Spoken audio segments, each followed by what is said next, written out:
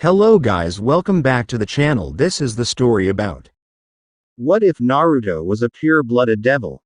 Naruto X DxD. Before I start the video, please subscribe the channel for more fanfiction video and please share this video with your friends. This story was written by Fox God 1243. With any more interruption, let's start the video. Prologue time. Exactly 5 years after the Kyuubi attacks Konoha. In Konohagakure, there was a single boy who was despised. He was Naruto Uzumaki as he knew it, but his true last name was a lot more important than anyone could have ever imagined. At the moment, poor Naruto was doing his best to escape the mob of people running after him. It was his birthday and he wanted to go to his favorite ramen stand, but he was ambushed on his way there. Naruto was only turning 5 years old today, but he already knew pain better than any adult ever did. He might have not known the pain of losing someone you loved like most of the adults who attacked him claimed to do, but he knew far worse pain. He knew the pain of being alone and not having anyone to love in the first place. He knew the pain of never having any friends or people who even remotely loved him. There were only a few people who Naruto liked in the village. The first two were the owners of his favorite ramen stand, Tuchi and Ayame Ichiraku. There also was the Hokage who Naruto liked as if the man was his own grandfather. Finally, there was Makoto Uchiha. Naruto didn't know why, but the woman seemed to really like him and treated him not only like a normal person but as a person which she loved. Naruto considered Makoto the closest thing he ever had to a mother. However, that was not enough.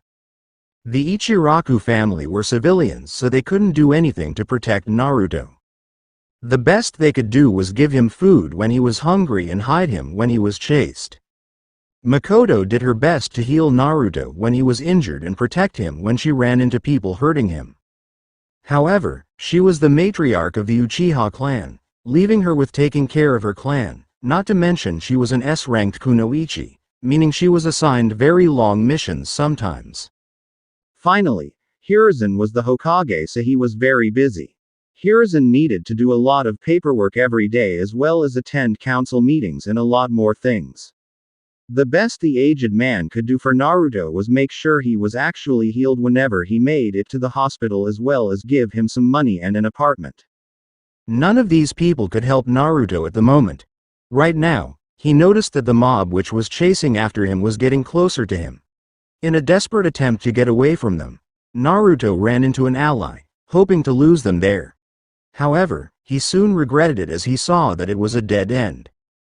Naruto had his back pushed against the wall as he tried to get as far away from the people who were chasing after him. Naruto didn't remember much from that night. He remembered pain, a lot of it. Naruto remembered the left side of his face being slashed open from his forehead, over his eye and down to the middle of his cheek, just above his mouth. He remembered having both of his arms covered in oil before being lit on fire. Naruto remembered being stabbed a few times, the most painful ones being in his heart and in his lungs. And finally, Naruto remembered being impaled on a pitchfork, going all the way from his back through his stomach and out of his stomach. After that, Naruto was unconscious for a whole week, which was a lot with his incredible healing ability. Naruto once heard from the nurses around him that he was the Kyuubi Jinchuriki. They thought he was unconscious, so they didn't mind talking about it. After learning that, Naruto researched what a Jinchuriki was, and after learning what it was, he understood why people were treating him the way they did. Naruto was sure of one thing though: those people were absolutely stupid, because if you seal a kunai into a scroll, the scroll doesn't become the kunai. After he understood that he was like the scroll and the Kyuubi was like the kunai. Naruto couldn't be more grateful for Kyuubi's help in healing him every time he was beaten, because if it wasn't for its healing, Naruto would have been dead more times than he could count. Naruto slowly opened his eyes to find that he was staring up into a white ceiling. Great, I'm in a hospital. I wonder what happened, he thought to himself before he remembered what happened and whimpered, feeling phantom pain in the places he was injured. Naruto remembered only one good thing. He remembered that just before he was killed by decapitation, which with all due respect to Kyuubi's power, even it probably couldn't heal, He was saved by an Anbu. She had a cat mask, purple hair and brown eyes which upon seeing his condition were filled with sorrow and grief. Naruto wanted to thank the women, but he already made his decision. He couldn't take the pain anymore. He couldn't take everyone's hatred anymore. He just couldn't. Naruto at that moment decided that he would go home, take whatever he still had there and leave a note to the people who cared about him before leaving the village, deciding that whatever life had in store for him would be better than what he had in the village of Konohagakure. And so, Naruto quickly sat up, ignoring the pain he felt all over his torso, probably from unhealed wounds, and made his way towards the window. Naruto jumped out of the window and landed on the roof of the building under it, grunting in more pain as he did so. He started to slowly jump from rooftop to rooftop until he made it to his apartment. Naruto picked up a backpack and threw in whatever he thought he would require. Naruto got a sleeping bag, all of his money and whatever kunai, shuriken and senbon he was able to collect out of his body in the few times he was able to get away. He closed the bag and placed it on the floor next to his bed. He took out a note along with a pen and started writing as much as he knew. 2. Hiruzen Ojiazan and Chuki Ojiazan and Ayame Nichan and Makoto Obakan.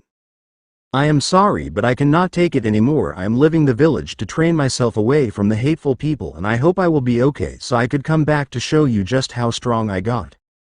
I hope to see you guys again someday. From Naruto Uzumaki. The letter was written in horrible handwriting and with the grammar of a 5-year-old, but that is what Naruto was.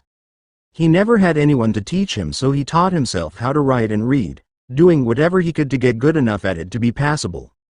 After placing the note on his bed, Naruto threw the bag onto his back and left the apartment, again going through the window as he didn't want to face a potential mob which could be waiting for him at his door. He jumped from roof to roof, slipping through the Anbu at the main gate and running as far away from Konoha as he could.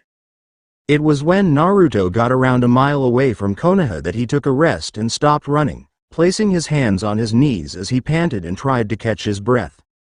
Suddenly, 3 people appeared around Naruto, all of which were wearing a black shirt, black Anbu pants and blank Anbu masks. Naruto instantly straightened up and reached into his bag, drawing a kunai out.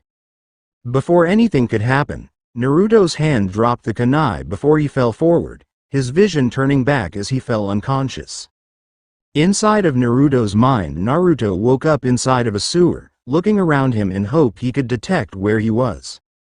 He sighed as he didn't remember this particular sewer, meaning it wasn't Konoha's as he was in all of them. Naruto started to walk through the sewer, looking around for an exit.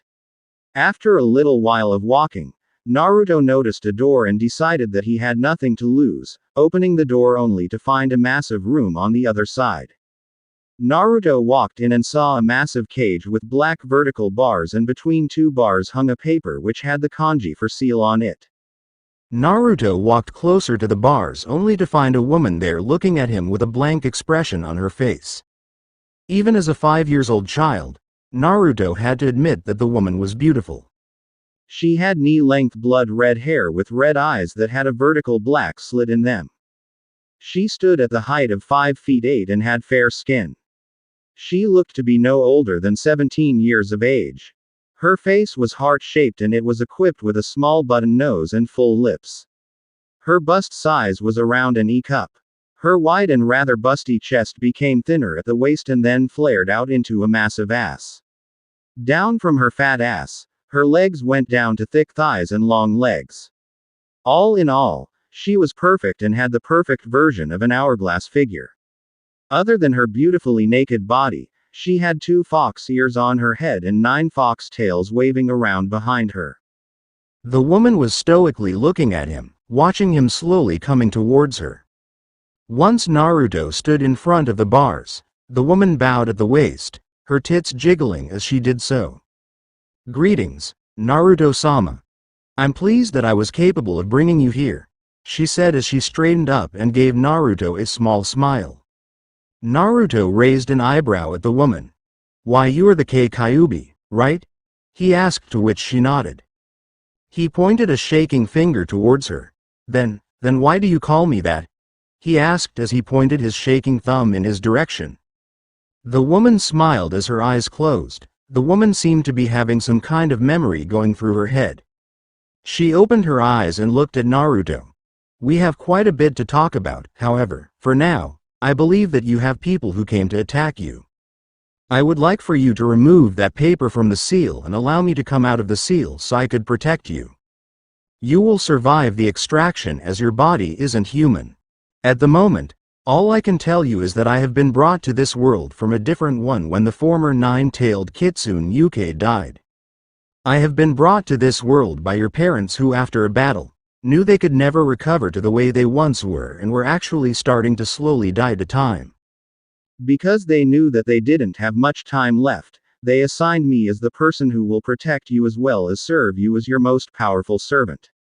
I will explain everything later, but for now, I ask that you free me in order for me to keep my promise to your parents and protect you from those men, she explained, and Naruto simply stared at her in shock and confusion. The women pointed towards the tag with the kanji for seal on it. Please, there isn't much time. You need to release me right now, she pleaded. Naruto snapped out of his shock and nodded. Somehow the water of the sewer around him lifted him up to the seal tag before he removed it. The bars swung open as the Kyuubi smiled at Naruto. Thank you, Naruto-sama. I promise to explain everything once we're outside, so please, wait just a little longer. Oh, and call me Kurama. Having my master call me by my title is unfitting, she said before Naruto's vision turned white. Naruto opened his eyes only to stare in shock as Kurama held three heads by their hair while the bodies were left on the ground. She turned around and smiled at him, taking one of the fake Anbu's clothes to cover her body, even though the clothes were very tight around her big breasts and ass. However, Kurama used those clothes only to hide her private areas from anyone who might be walking by and seeing them. After all, she was only her master's to do with as he wished. Kurama walked over to one of the nearby trees and punched the tree trunk, making the tree fall over, allowing the two to sit on it. Kurama sat on the tree, but before Naruto sat on it, she lifted him off the ground and sat him in her lap, his face looking right into her breasts. Naruto looked at her in fear only to relax when he saw her smiling. It is unfitting for my master to sit somewhere he isn't comfortable, she explained before her hand traced over the scar on his face. After the last time Naruto was tortured by the mob, he was actually hurt so badly that even Kurama couldn't fully heal him. He was left with a scar on his face from his forehead, over his eye and to the middle of his cheek, just above his mouth.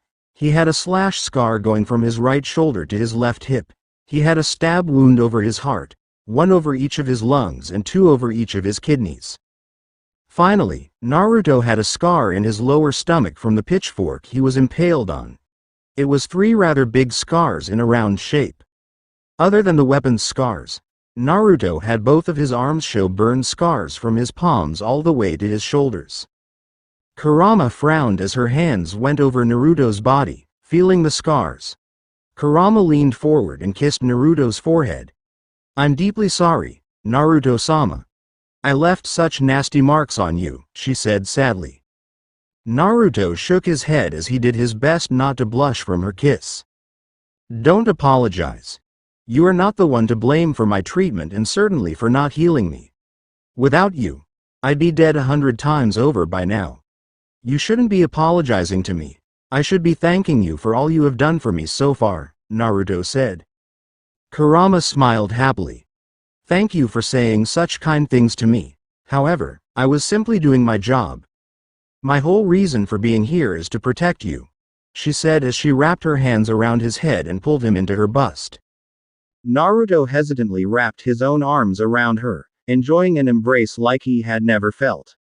The only thing close to what he was feeling right now was when Makoto would hug him, but it was usually short and only as a greeting or a goodbye.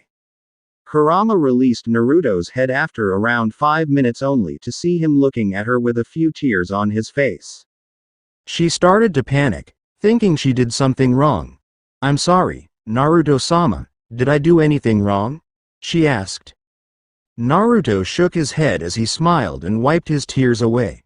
No, you did nothing wrong. It's just that I've never had someone hold me in their arms for so long. It feels really good, he sadly said. Kurama nodded her head, sighing in relief as she smiled.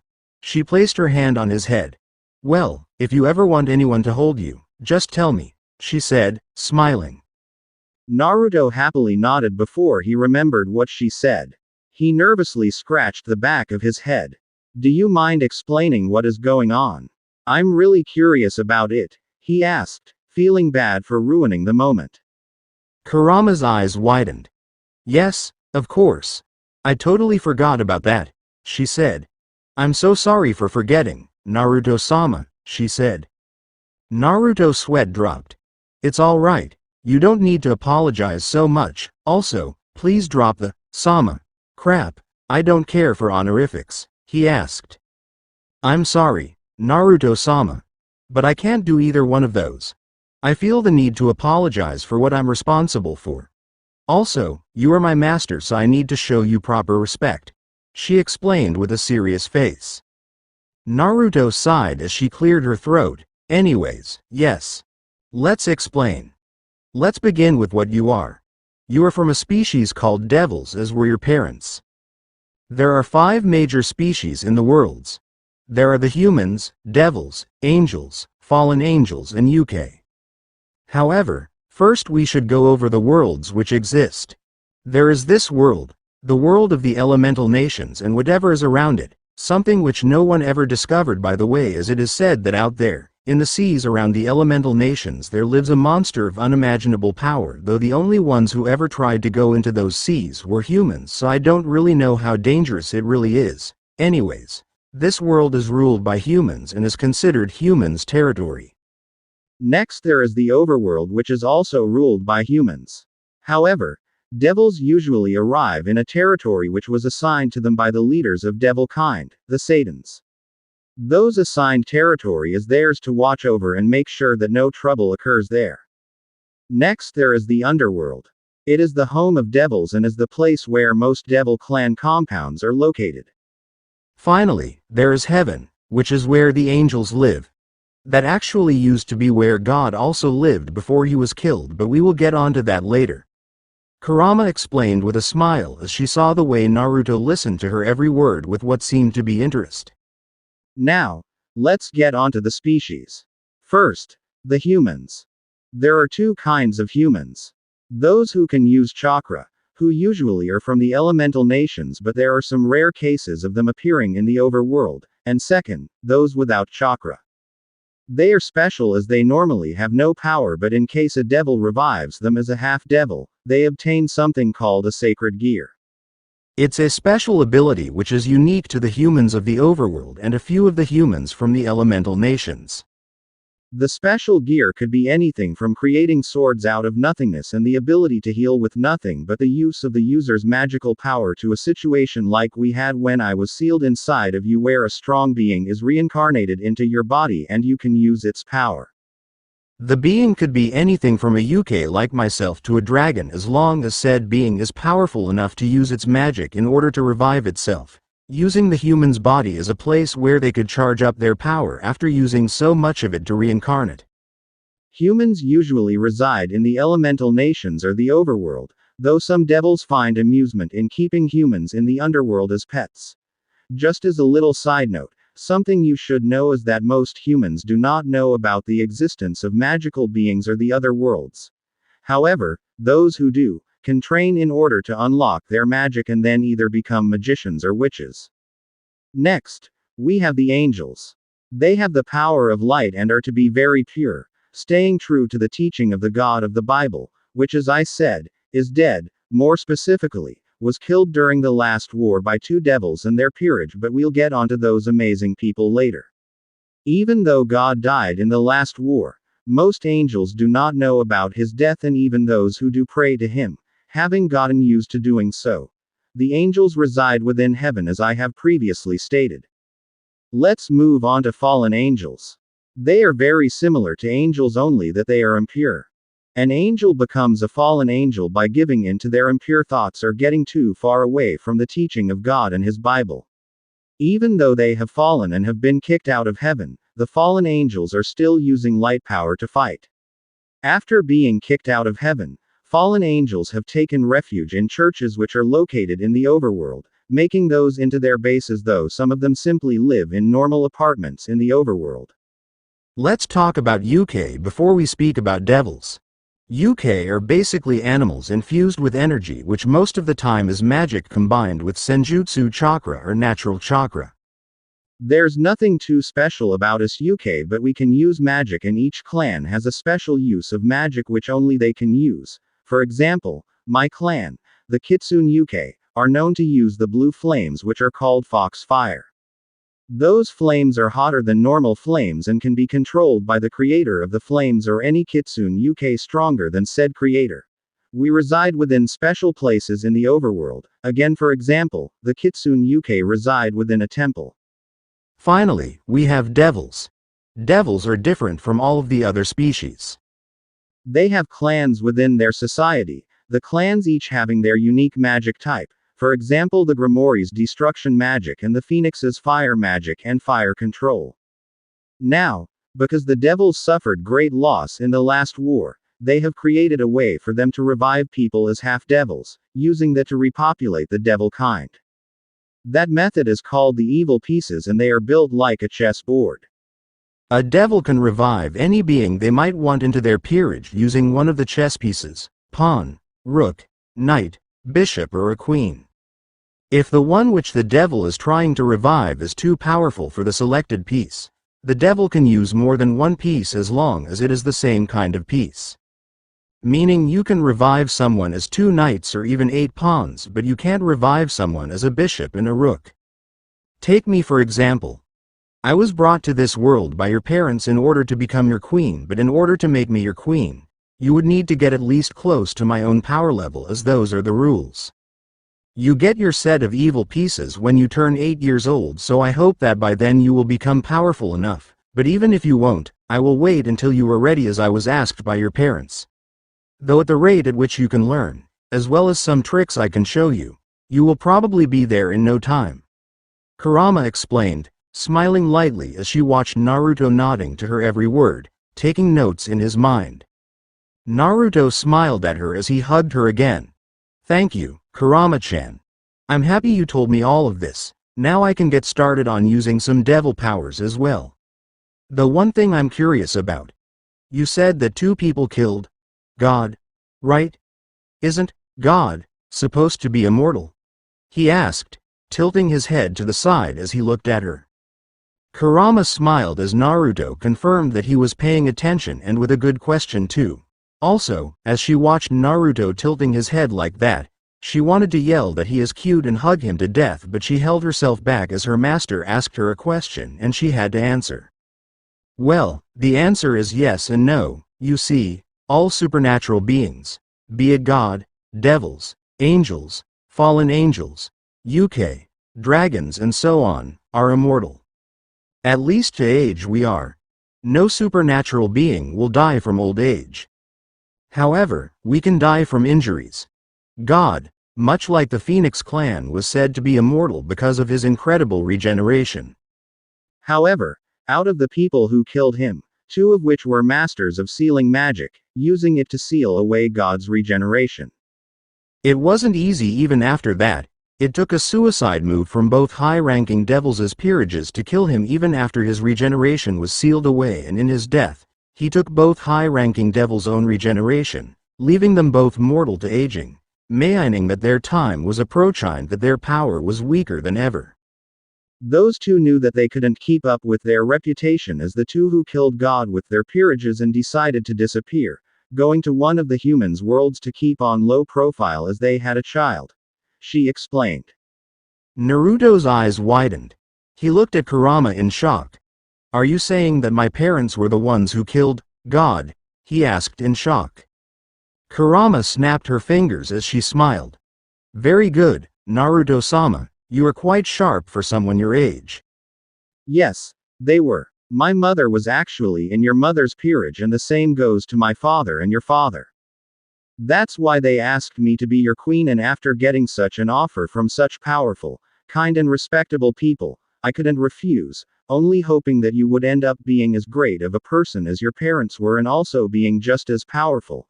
I always wanted to be a part of a strong person's peerage, and I hope you could get to your full potential so you could become the person I always dreamed of serving," she said with a smile. Naruto clenched his fist as he held it in front of his face. "I won't let you down. I promise that I will become the strongest man to ever exist," he said in determination. Kurama giggled lightly as she pulled Naruto into her chest. "I know you will. Please, do so," she said happily. Just then, she sensed someone appearing inside of the nearby bushes. Apparently, Naruto sensed it too as he jumped out of her lap and hid behind her back. Kurama quickly stood up and placed Naruto behind her defensively. "Man, I haven't been in this world for a while," a voice said as a man walked out of the bushes. He was a man who seemed to be in his early 20s. He had shoulder-length crimson-red hair and blue-green eyes. The man wore a white robe which had green coloring to its sides. It was closed with a black string which was wrapped around his waist. He wore white pants and on his shoulders were what seemed to be armor. Kurama couldn't help but smile slightly as she saw the man. "You know, it's weird how you always seem to appear whenever someone really needs you, Sirzex," she said, stepping out of her fighting stance. The red-haired man looked at her before his eyes widened. "Kurama-chan, what are you doing here?" he asked in confusion. She stepped aside and revealed Naruto, causing Sirzex's eyes to widen. "The same thing you do. I was assigned as Naruto-sama's protector and future queen," she said, making the man nod his head as he walked over and couched down in front of Naruto. Naruto quickly ran behind Kurama's leg, hiding from the man. Naruto has grown to fear people he didn't know as those people usually hurt him. Kurama crouched down next to Naruto as she smiled and patted his head. "There is no need to fear Sirzex, Naruto-sama. He won't hurt you, and even if he wanted to, both he and I know he stands no chance of defeating me," she said, smirking at Sirzex. The man's eye twitched. "You barely defeated me last time and that was the only time we fought," he huffed and pouted. Naruto giggled at the way Kurama dismissed the grown man. Both older beings smiled at seeing Naruto laugh, taking it as a good sign. Kurama stepped aside lightly as she stood up and motioned for Sirzex to go over to Naruto. The man slowly walked towards Naruto and couched in front of him. He traced his hand over the scar on Naruto's face, causing Naruto to wince, remembering the event. Sirzex glared up at Kurama. "Weren't you supposed to be protecting him? What could have possibly done this to him?" he asked angrily. Kurama lightly punched him over the head, giving Naruto something new to focus on as he laughed lightly. "If you must know, on the day Naruto-sama was born, I was placed under an illusion, causing me to attack his village. I was able to release myself from the illusion only after I was commanded to kill Naruto-sama himself. After I released myself, I was sealed into him by Kushina-sama and Minato-sama. That's also something you should know. Because I was sealed into Kushina-sama while she was pregnant with Naruto-sama, as well as the 5 years I spent sealed within him, it made Naruto-sama into 10% Kitsune Yuke, something that I'm sure will only make him stronger with the Phoenix clan's control over fire. Because I was sealed into him without any way to make contact with him, I wasn't able to ask him to release me so I could keep him safe.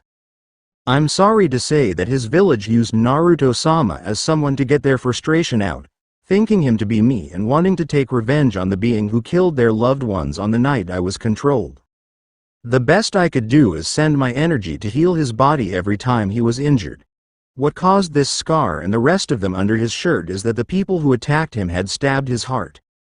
I needed to focus all of my energy to heal that, and so, I couldn't fully heal them in time so they wouldn't leave scars," Kurama explained, a sad tone to her voice. Sirzex nodded his head sadly as he looked at Naruto. "Do you think you could show me the rest of your scars?" he asked kindly. Naruto looked up at Kurama for an answer. She nodded her head and Naruto lifted his shirt, allowing Sirzex to see his scars and malnourished body. The red-haired man sadly nodded his head. "Okay, I understand the situation. I apologize for not arriving earlier. In fact, we just received word of Kushina-sensei and Minato-sama's deaths. As well as that they had a child. Once we heard about you, I came as fast as I could, but I couldn't make it in time. I'll take you both to the Gremory Castle so you could first get to know my parents as well as my little sister and her friends who are the young devils your age. After that, I'll make sure you two can stay in our castle where Kurama-chan can train you as much as you want. If you do not feel comfortable revealing your scars to people, I can place an illusion over you to allow you to make it seem like you don't have them, though you would easily be able to remove the illusion, he explained kindly. Naruto nodded his head. I would like it if you hide my scars. I would like to avoid talking about what I went through in Konoha, but if people ask about my scars I would be forced to do so. I might show my scars if I feel safe enough with someone, but not yet. Not until I find someone who I trust completely, he said. Sears nodded his head. Kurama-chan would remove the illusion for you if you want her to until you learn to use magic, and then she will teach you how to do it yourself, okay? He asked, and Naruto nodded. Sears concentrated his magic on Naruto, and in a puff of smoke, Naruto appeared to be like new, his scars completely gone. Naruto smiled as he tugged in Kurama's pants. She looked down at him. Yes. What is it, Naruto-sama? She asked. Naruto scratched the back of his head. You said two people named Kushina and Minato sealed you into me, so I assume they were my parents, but are you referring to Konoha's Yellow Flash and Red Death? If so, I found where my ramen addiction came from, he said sheepishly. Kurama laughed as she crouched down and patted Naruto's head. Yes, they were your parents, and yes, your ramen addiction came from your mother. She, as you know, held the record for eating the most ramen in one sitting in Ichiraku's ramen at 57 bowls, she said cheerfully. Sears' sweat dropped. I told Kushina-sensei that it wasn't healthy to eat so much ramen, but she just ignored me. I guess she always did have a problem with her ramen eating, he mumbled to himself, wondering if Naruto's addiction could be prevented or if his addiction was as bad as Kushina's. Naruto tugged on Kurama's pants again. Kurama-chan. Why is he calling Ka-chan Kushina-sensei? Naruto asked. Kurama looked at Sears for a while before grinning. Well, your mom was supposed to be the next head of the Gremory clan, though she refused it, and instead, Sears' parents took the job, his father becoming the official clan head and his mother becoming the matriarch. I think it was around 15 years ago when Sears' was only 7 years old and Kushina-sama was 11. She caught him peeping on the woman's hot springs, so she kicked his ass. After she did, Sears' asked her to teach him, something she refused. He kept asking her over and over again until when he was 15, she agreed, seeing as there was a war approaching and they needed everyone to be as strong as possible. She taught him a few things and then went out into the war, her and the man she was engaged with, Minato, going to defeat the leader of the fallen angels, or as I have previously called him, God. By the way, Minato, your father, he was the original heir to the Phoenix clan, but he too refused. His elder brother ended up taking the spot as clan head while he went out to do whatever he wanted. In fact, you might know them both as Kushina Uzumaki and Minato Namikaze, but their true names were Kushina Gremory and Minato Phoenix, just like your name isn't Naruto Uzumaki, it's Naruto Gremory Phoenix. She finished, her and Naruto laughing as they watched Sears pout at having Naruto hear his embarrassing beginning. Sears clapped his hands. Anyways, we should really get going. You have a few people I would like you to meet, my parents and your aunt and uncle, the leaders of the Phoenix clan included, he said. Kurama grabbed Naruto's hand and stepped closer to Sears' just as a red circle with the symbol of the Gremory clan appeared under them. The circle rose up and swallowed them into it, causing them to vanish. The three appeared inside of a massive room. The room had a simple wooden desk in it, however, that wasn't what caught Naruto's attention. There were a lot of people in the room. 12 to be exact. At the sight of so many people which he didn't know, Naruto ran behind Kurama's legs and clutched tightly onto them. Kurama glared at Sears. You saw how he acted with just you, didn't you? What were you thinking teleporting us into a room with 12 people who are total strangers to him? She asked angrily. Sirzek scratched the back of his head. I didn't think about that. Sorry, he said sheepishly. Kurama's eye twitched as she cocked her fist back and punched him in the face, sending him flying into a wall. You never think, you idiot. She shouted at him. Kurama crouched as she turned around to comfort Naruto only to find him surrounded by everyone but two people.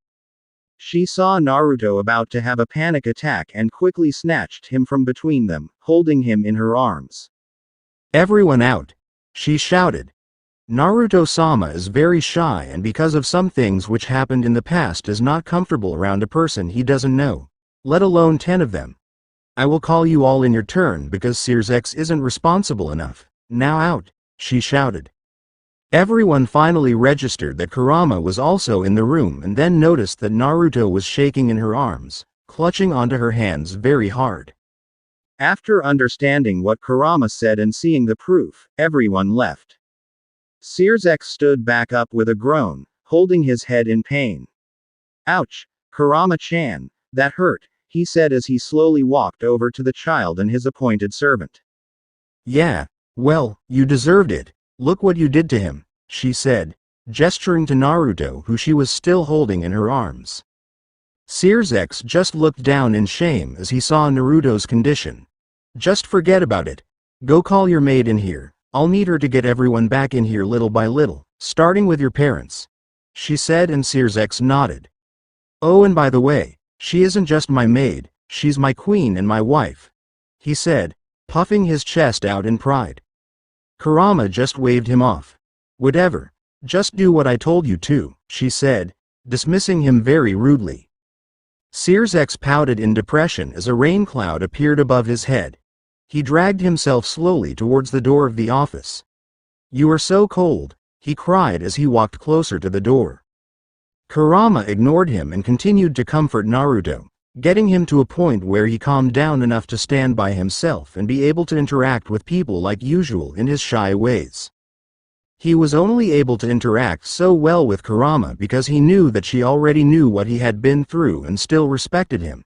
He wasn't too comfortable around Sirzek, but because he cared enough to hide his scars and because Kurama was there, he was at least alright around the man. However, interacting with people which he didn't know as well as that his first experience with them was rather overwhelming was going to be a lot harder. Just then, the doors opened again and Sirzek walked back in with 3 people. The first one was a beautiful young woman appearing to be in her early 20s with back-length silver hair that features a long braid on each side with small blue bows at the ends, while the rest is let down which ends in twin braids and silver eyes. She wore a blue and white French maid outfit with long sleeves and a white maid headband over her head with red lipstick as a cosmetic accessory. The second person had the appearance of a middle-aged, handsome-looking man with long crimson-red hair that is tied in a loose ponytail with a black hairband. He has bright blue eyes and a short and red beard. He wore a white suit. The third and final person was a woman who appeared to be around her early 20s. Though with the devil blood in her age didn't affect her appearance. She had short brown hair and violet eyes. She wore a white dress which reached all the way to her ankles. All 3 members of the leading gremmery, being the middle-aged man and the brown-haired woman as well as Sirzek, stepped forward while the silver-haired woman remained next to the door. Sirzek crouched down next to Naruto, his hand on the child's head. There is no reason to fear them. These are my parents and the leaders of the Gremori clan, he said, pointing towards the 2 adults. Kurama placed her hand on Sirzek's face and pushed him away, picking Naruto up into her arms. Let me introduce them to you. This is Zoeticus Gremori. He is Sirzek's father and the clan head of the Gremori clan.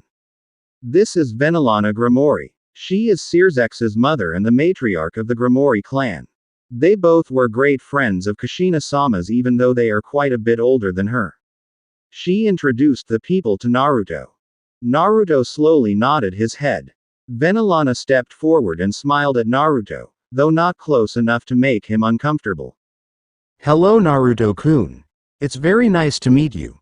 Kushina-chan was a great woman and we all will do whatever we can to make sure you are just as good of a person and as strong of a fighter as she was, if not even better. When you start to feel more comfortable around us, you can come to me and I could teach you more about our worlds, powers, history or anything you might want to know, she said warmly. Naruto narrowed his eyes at her, being reminded of some civilian in his past who offered to teach him and ended up knocking him out and torturing him. Venelana was slightly taken aback. Did I say something wrong? It seems like I made him upset, she asked towards Kurama. Kurama, having been inside of Naruto at the time of that event, shook her head and sighed. It's not something you said, it's just that Naruto-sama was not very well treated back in his village and you just brought up some bad memories. He will need some time to get to know you all in order to really be able to trust you, she explained, feeling bad for Naruto. Venelana nodded her head sadly. Well, when that time comes, I'll be happy to teach you whatever you want to learn. Just tell me whenever you are ready, she said. Zoeticus narrowed his eyes at Kurama. Would you be so kind as to explain what you mean by, not treated well? He asked. Kurama looked at Naruto. Do you mind if I explain? She asked. Naruto looked up at her. Do you trust them? He asked, having no knowledge about what kind of people Zoeticus and Venelana were. Kurama looked at the two for a second before they nodded. Yes, I do, she said. Naruto nodded his head. All right, you trust them and I trust you. You can tell, but please, don't go into detail, it's painful to remember all of it. Also, please, no one else, at least not today, he said, almost whimpering in phantom pain which started to appear all over his body as he remembered some of the things he had been through. Kurama nodded as she pushed Naruto's face into her chest, rubbing his back. Well, let's start with the night he was born, as he asked. I won't go into too much detail, but I'll say just enough for you to understand the general picture. You come here too, Graphia, as Naruto-sama asked. I will not repeat myself again today, so you should listen too, she said before she walked over and sat on the wooden desk. The silver-haired woman, Graphia as Kurama called her, approached and stood next to Venelana. In the night Naruto-sama was born, I was sealed in Kushina-sama to support the life energy Naruto-sama was taking from her as he developed. As you all know, both Kushina-sama and Minato-sama were dying quickly, and so, in order for Kushina-sama to be able to live long enough to give birth, I was sealed into her so she could borrow my power, she explained, and the rest of the adults in the room nodded. As Naruto-sama was being born, Kushina-sama was attacked. I was extracted from her and the lack of my own energy instantly caused her death. However, that wasn't enough for the man who attacked. He placed an illusion on me and caused me to attack Konohagakure, which is where Minato-sama and Kushina-sama lived after they came to the elemental nations. I was only able to release the illusion partially after I leveled half of the village, and what caused me to be able to fight it was in order to kill Naruto-sama himself. The time I bought while fighting the control was enough for Minato-sama to summon the Shinigami and sell his soul to him in exchange that he would seal me into Naruto-sama. After I was sealed, Minato-sama obviously died and Naruto-sama was left all alone. Because during my attack many people died, the people who liked those people who died were out for revenge. Seeing as Naruto-sama was the closest thing to me they had, they took their anger out on him. As I was asked, I will not go into detail about his attacks, but I will show you the results, she said as she picked Naruto's head from her chest only to see him silently crying. She leaned down and kissed his forehead, remembering from before that he liked it. Don't worry, Naruto-sama. It'll be alright. I promise you. This is just for them to understand what you have been through. I promise you that they will do nothing but help you with your problem, she said to him as she turned him around in her arms and pulled his shirt off. With a single snap of her fingers, Naruto's illusion dispelled and they could all see just how bad he was hurt. As Naruto felt everyone's gaze on his damaged body, he jumped out of Kurama's arms and hid behind her legs. Kurama handed him his shirt back and he quickly placed it on. He couldn't handle it, not right now. However, The few seconds the three could see his scars, they understood just why he was so sensitive and fearful. Those scars were not something most experienced fighters would have, let alone a 5-year-old child who had no combat experience. As Kurama placed the illusion back over Naruto, the three walked towards the door, understanding that Naruto would need some time before he would be comfortable to talk about his past with them. Just as they left, Venelana spoke up. Naruto-kun, I would like you to know that you are always welcome to come and speak to me if you want to talk about your past, even if you just feel lonely, you are always welcome, she said, smiling back at him. If you need anything, you can come to me, I'll make sure you get whatever you want, Graphia said, as the head maid, that was her job. Zoeticus also looked back at the small child. I apologize for not being able to save you sooner, someone like you should have never suffered the way you did, he said. Naruto didn't even look at the three, he leaned his back into Kurama's leg as he sobbed. Kurama looked at the leaving trio. Please tell Lord and Lady Phoenix to wait a few minutes before entering and keep Naruto's past to yourselves, she said, before she sat down on the floor next to Naruto, wrapping him up in her arms to try and comfort him. After 10 minutes, there was a knock at the door. Just after the knock, the door opened and Graphia poked her head into the room. Is Naruto-sama feeling better? Can I call Lord and Lady Phoenix in? She asked. Kurama took a glance at Naruto. Let's get this over with as soon as possible, he whispered to Kurama, who nodded. Bring them in, she said. Graphia nodded her head as she left for a few seconds before the doors were fully opened and two people walked in. The first man was very similar to Zoeticus in build. However, he had blonde hair and blue eyes. His hair was spiky like Minato's, but his body was more similar to Zoeticus with more of a bulky build. He also wore a red suit unlike Zoeticus's white one. The second person was a woman who looked to be in her mid-20s with blue eyes and blonde hair which was done up very high with ornate hair decorations. She wore a red dress with a V cut which revealed her cleavage. Please don't kill me in the reviews. I checked and I have no idea what their names are, so I made them up.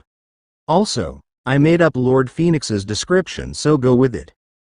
Kurama rubbed Naruto's hand as he sat in her lap. Naruto-sama, these are Lord Phoenix and Lady Phoenix. They're the clan head and matriarch of the Phoenix clan, and also, Lord Phoenix was Minato-sama's brother, which makes him your uncle, and with that, Lady Phoenix is your aunt, she explained, and Naruto slowly nodded. Lord Phoenix waved her off. There is no need to call us that, you are our nephew. My name is Kazuki Phoenix and my wife's name is Hitomi Phoenix. Please feel free to call us by our names, he said with a smile.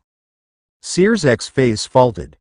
That's no fair, you two never even told me your names, why can they call you by your names? I kept asking for your names but you kept refusing my. I understand Naruto-kun as he is your family, but why Kurama-chan? He whined, pouting like a child. Kurama laughed at him and even Naruto cracked a smile. Well, that's exactly why, because you act like a child. You will get to call me by my name when you grow up, Kazuki said, crossing his arms as he did so. Hitomi giggled at the two.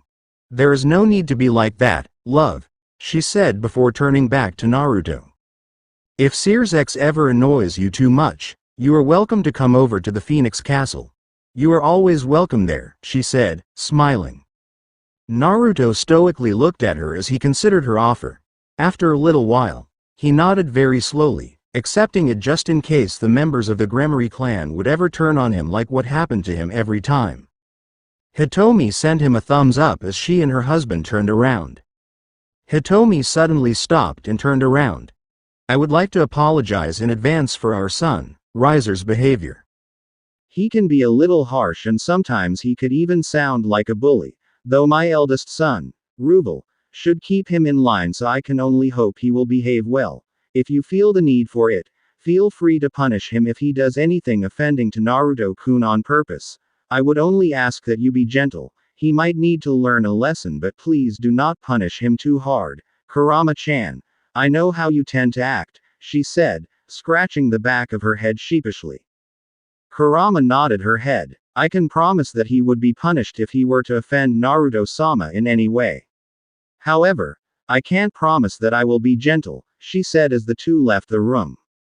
Once they were gone, Naruto looked up at Kurama. Do you think I will be okay? He asked weakly. Kurama nodded her head. Don't worry. I will do anything in my power to make sure you will stay comfortable and safe, she said, her arms squeezing him tightly into her. Just then, the door opened and 3 people walked in. The first was a teen around 14 years old. He, like the 3 other people, had blonde hair and blue eyes. He wore a white noble suit with a red tie. The second was a young child, around 9 years old. He had blonde hair and blue eyes. He wore a white buttoned shirt with the top button undone. He wore a red overshirt and red pants. The last person was a pretty young girl who looked to be around the age of 4 with dark blue eyes. She has long blonde hair tied into twintails with large, drill-like curls and blue ribbons keeping them in place. The front of her hair has several bangs hanging over her forehead, with a V-shaped fringe hanging over the bridge of her nose. She wore a long pink dress with a ribbon over her chest. The 3 walked into the room. The eldest blonde teen and the little girl looked to be rather ecstatic to meet Naruto, while the middle child, Riser as Hitomi introduced him, was looking rather bored and like he would rather be anywhere else. Kurama stood up and gently placed Naruto onto his feet, standing a little in front of him to help him calm down a little bit. Kurama looked at the 3 children for a few seconds. Go on, introduce yourselves, she encouraged. The oldest stepped forward. Hello, Kurama-san, Naruto-san, it's a pleasure to meet you both. My name is Ruvel Phoenix and I am the heir of the Phoenix clan. I would like to introduce my little brother, Riser, and my little sister, Revel, he said. Riser grunted, looking at Kurama's rather developed assets instead of Naruto. However, Riser was totally ignored by everyone. Revel, with the enthusiasm of a 4-year-old child, ran over to Naruto and grabbed his hand. She shook his hand with both of hers very enthusiastically. It's nice to meet you, Oni-chan. I hope we can have lots of fun together, she said happily. Kurama went to get her off Naruto, assuming that Naruto would feel scared with his current position, but much to her shock, Naruto smiled and patted her head with his other hand. She hoped that Naruto would have an easier time connecting with children as he didn't have many negative encounters with children, but she never expected him to become friendly with one just like that. I would like that. I mostly never get to have fun, let alone with someone my age, Naruto thought to himself. I would like to play with you sometime, Naruto said very quietly. Kurama smiled happily as she saw Naruto socializing with a person other than her. Sirzex couldn't believe his eyes as he smiled as well. He never saw Naruto smile, not like that, and to think all it took was a child around his age. Sirzex only hoped that Naruto would get along well with Rias too. Ruvel smiled happily as he walked towards the two. Naruto's smile quickly disappeared as he ran behind Kurama, Ruvel's size and older age having scared him. Ruvel was taken aback by such an action. He wondered if he did anything wrong. It's not your fault, Ruvel. Naruto-sama is simply intimidated by your larger size. He has got some pretty severe trauma from anything other than children. That is why he was comfortable around Revel and not you. Kurama explained, and Ruvel nodded in understanding, stepping back as he smiled at Naruto. I understand. I'll be here for you if you ever want to get over your trauma, he said kindly. Riser started to laugh as he pointed at Naruto. You are so pathetic. You dare call yourself a member of the Phoenix clan, yet you act with such cowards? You should be ashamed. Riser didn't get to finish his sentence as Kurama appeared in front of him. Naruto's bag open and one of the kunai he had there in her hand pointed at his throat. You should pick your next words carefully. One wrong word and you will be in the hospital for a very long time, she said coldly as she appeared in front of him. She would have simply killed him, but he was Revel's brother and she became Naruto's first devil friend, so she didn't want to upset the girl. Riser smirked up at her. You can try to kill me, but it wouldn't work. The members of the Phoenix clan are immortal, he said arrogantly. Kurama smirked down at him as her kunai light ablaze with blue flames. I have not one, but two ways to kill you right now. First and the easiest way is to simply stab you right now with my fire. Since your regeneration spell is based on fire, I can take over it with my own. As I'm sure you must know, the foxfire is the strongest flame in existence apart from the flames of Amaterasu herself. I can use my foxfire to simply take over your regeneration and kill you that way. Or, I could seal away your magic, making you very much mortal. So again, I suggest you choose your next words carefully. If you dare insult Naruto-sama's consciousness, you will not live long. She finished, her glare scaring the child shitless. Ruvel and Ravel watched in amazement as their stubborn brother, the one who didn't even fear their parents, was genuinely afraid for his life, nodding his head silently and stepping back. Kurama turned back and walked back to Naruto, the small child not responding as she picked him up into her arms and rubbed his back. She looked back at the three children. Ravel, I appreciate that you befriended Naruto-sama and I will make sure he comes to see you later. For now, I would like the three of you to leave. Naruto-sama requires a break, she explained.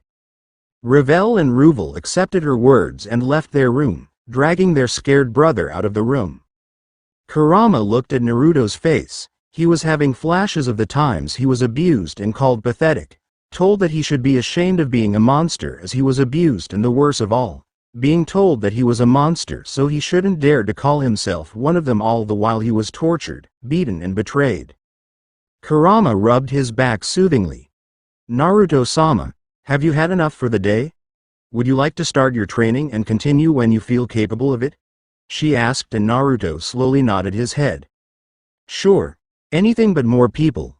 I can't take any more today. I keep remembering those people back home, acting all nice to get me to lower my guard before attacking. That was painful, both physically and mentally. I would like to clear my head with some training, he said, his voice almost robotic and emotionless. Kurama nodded her head as she felt bad for her master. You can also go rest if you want. I can come with you if you don't want to be alone. If you feel too tired to go train, you are very welcome to rest. You had a long night last night, running away from your village all night long, she said, but Naruto shook his head. I can't sleep right now. They will haunt my dreams. I need to distract myself with something else, he said. Kurama nodded her head. All right then, let's go, she said, walking with Naruto in her hands towards the training grounds of the Gremory Castle. She looked back at Circex. Sorry. I would like for Naruto-sama to feel good when he meets the devils his age. It's best to have a delayed meeting between them rather than have a bad meeting where Naruto-sama would simply be scared, she said, and Circex nodded. I understand. I'll tell Rias and her friends that they'll have to wait until Naruto's up to the task. Do your best in training, Naruto-kun, he replied, leaving the room through the door as the two jumped out of the window. Naruto and Kurama quickly made their way towards the training grounds. Kurama placed Naruto down on the ground gently and noticed that he was feeling a lot better. Kurama smiled as she cleared her throat. All right, Naruto-sama. The first thing we would want you to learn will be magic, as by the time you turn 8 years old, when you get your evil piece set, your magic would be strong enough to turn me into your queen. However, for you to reach that level in time, you are going to need a different training method as the gap is too big for any normal method. Luckily, you have your chakra matured enough for it to unlock it quickly, so you will be able to use the training method your parents developed when they learned of this trick. Because of your devil blood, your chakra reserves are big since your physical and spiritual energies are both stronger, meaning you will be able to use this training method effectively.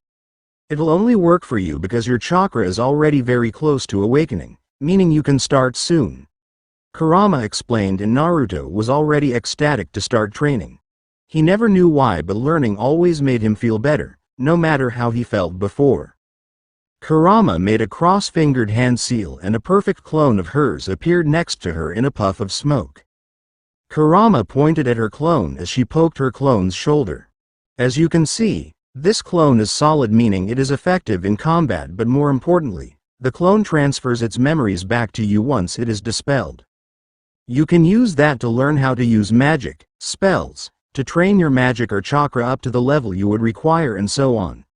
Now you see, I can only use my senjutsu chakra and I can use very little of it.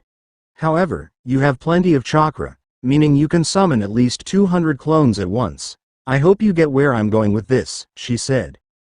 Naruto forgot all of his previous problems and nodded his head enthusiastically, a grin plastered onto his face.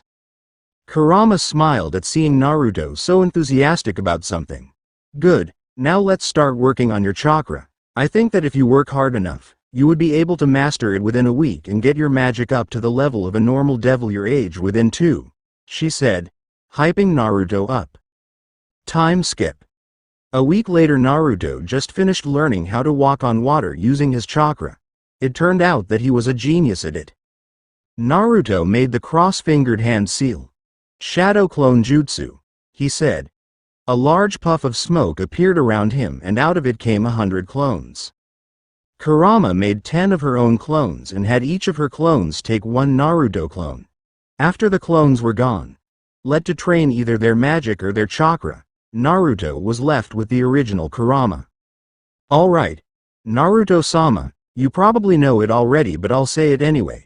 Physical training is just as important as training your chakra or magic if not more. That's why while your clone works on magic and chakra, you will be training your physical body. You should know that a better built body which has more muscle to it as well as a healthy one, meaning someone who eats good things, is the body time which will attract more attention from the girls, she said. Naruto's interest was piqued. He, as a little child who was never exposed to a romantic relationship, was very innocent so he, as a person who always wanted more attention as long as it was from far enough so that his personal space wasn't invaded, took that as Kurama saying he would get more friends. I'll do it. Let's get started, he said excitedly. Kurama was amazed by just how much different Naruto's personality was when he was training with her and when he was around other people, even someone like Sirzex.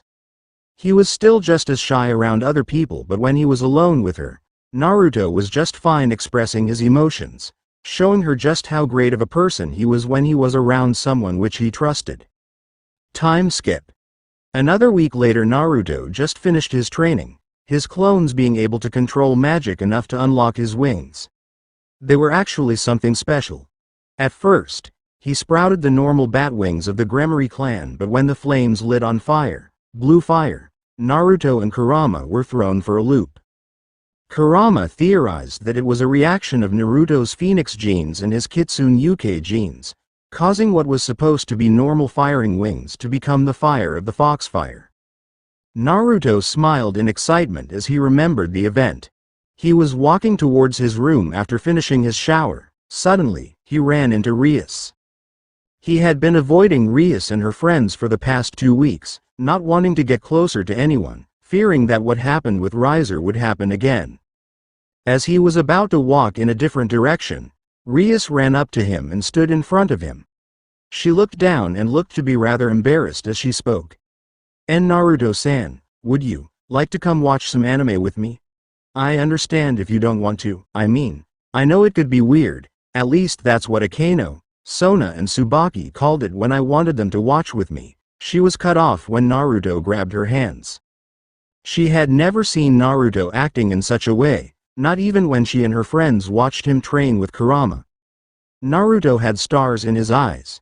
You like anime too? He asked in shock, making Rias smile happily as she nodded her head. Yeah, I do. I love My Hero Academia. I think it's the best, she said. Naruto grinned at her as he started dragging her towards his room. I promise you that if you like My Hero Academia, you will love Black Clover even more. Let's go watch it in my room, he said enthusiastically. Rias raised an eyebrow. Black Clover, what is that? She asked curiously. Naruto opened the door of his room as he looked back at her. You'll see, he said. Rias shrugged as she walked into Naruto's room. All right, I was going to let you pick anyways, she said. It was around 5 hours later that Kurama came back from training Naruto's clones when she found the two. Both Naruto and Rias were asleep, both sitting on Naruto's bed with an episode of Black Clover playing on the television. Rias had her head on Naruto's shoulder as her arms were wrapped around Naruto. A single arm of his wrapped around her shoulders. Only his anime can overpower his fears, Kurama mumbled to herself, a big smile creeping onto her face as she ran out of the room and called Sears over. The two smiling happily as they watched Naruto and Rias hugging each other in their sleep. After Sears was gone, Kurama shut the door and turned the television off. She removed her clothes as she usually did when going to sleep with Naruto before laying him and Rias together on the bed and getting in with the two, hugging Naruto from behind.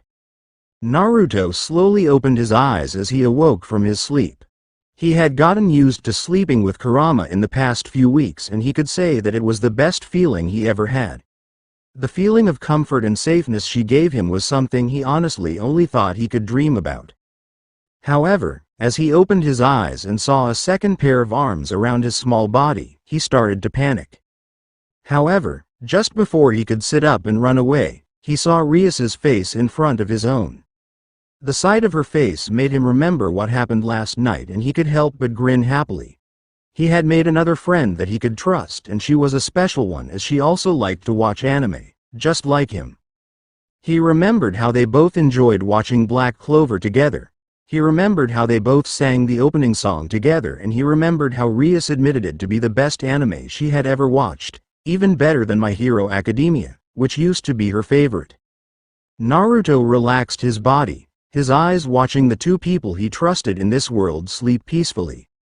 Finally, after around 5 minutes, Kurama opened her eyes. She rubbed her eyes before smiling up at Naruto. "Good morning, Naruto-sama.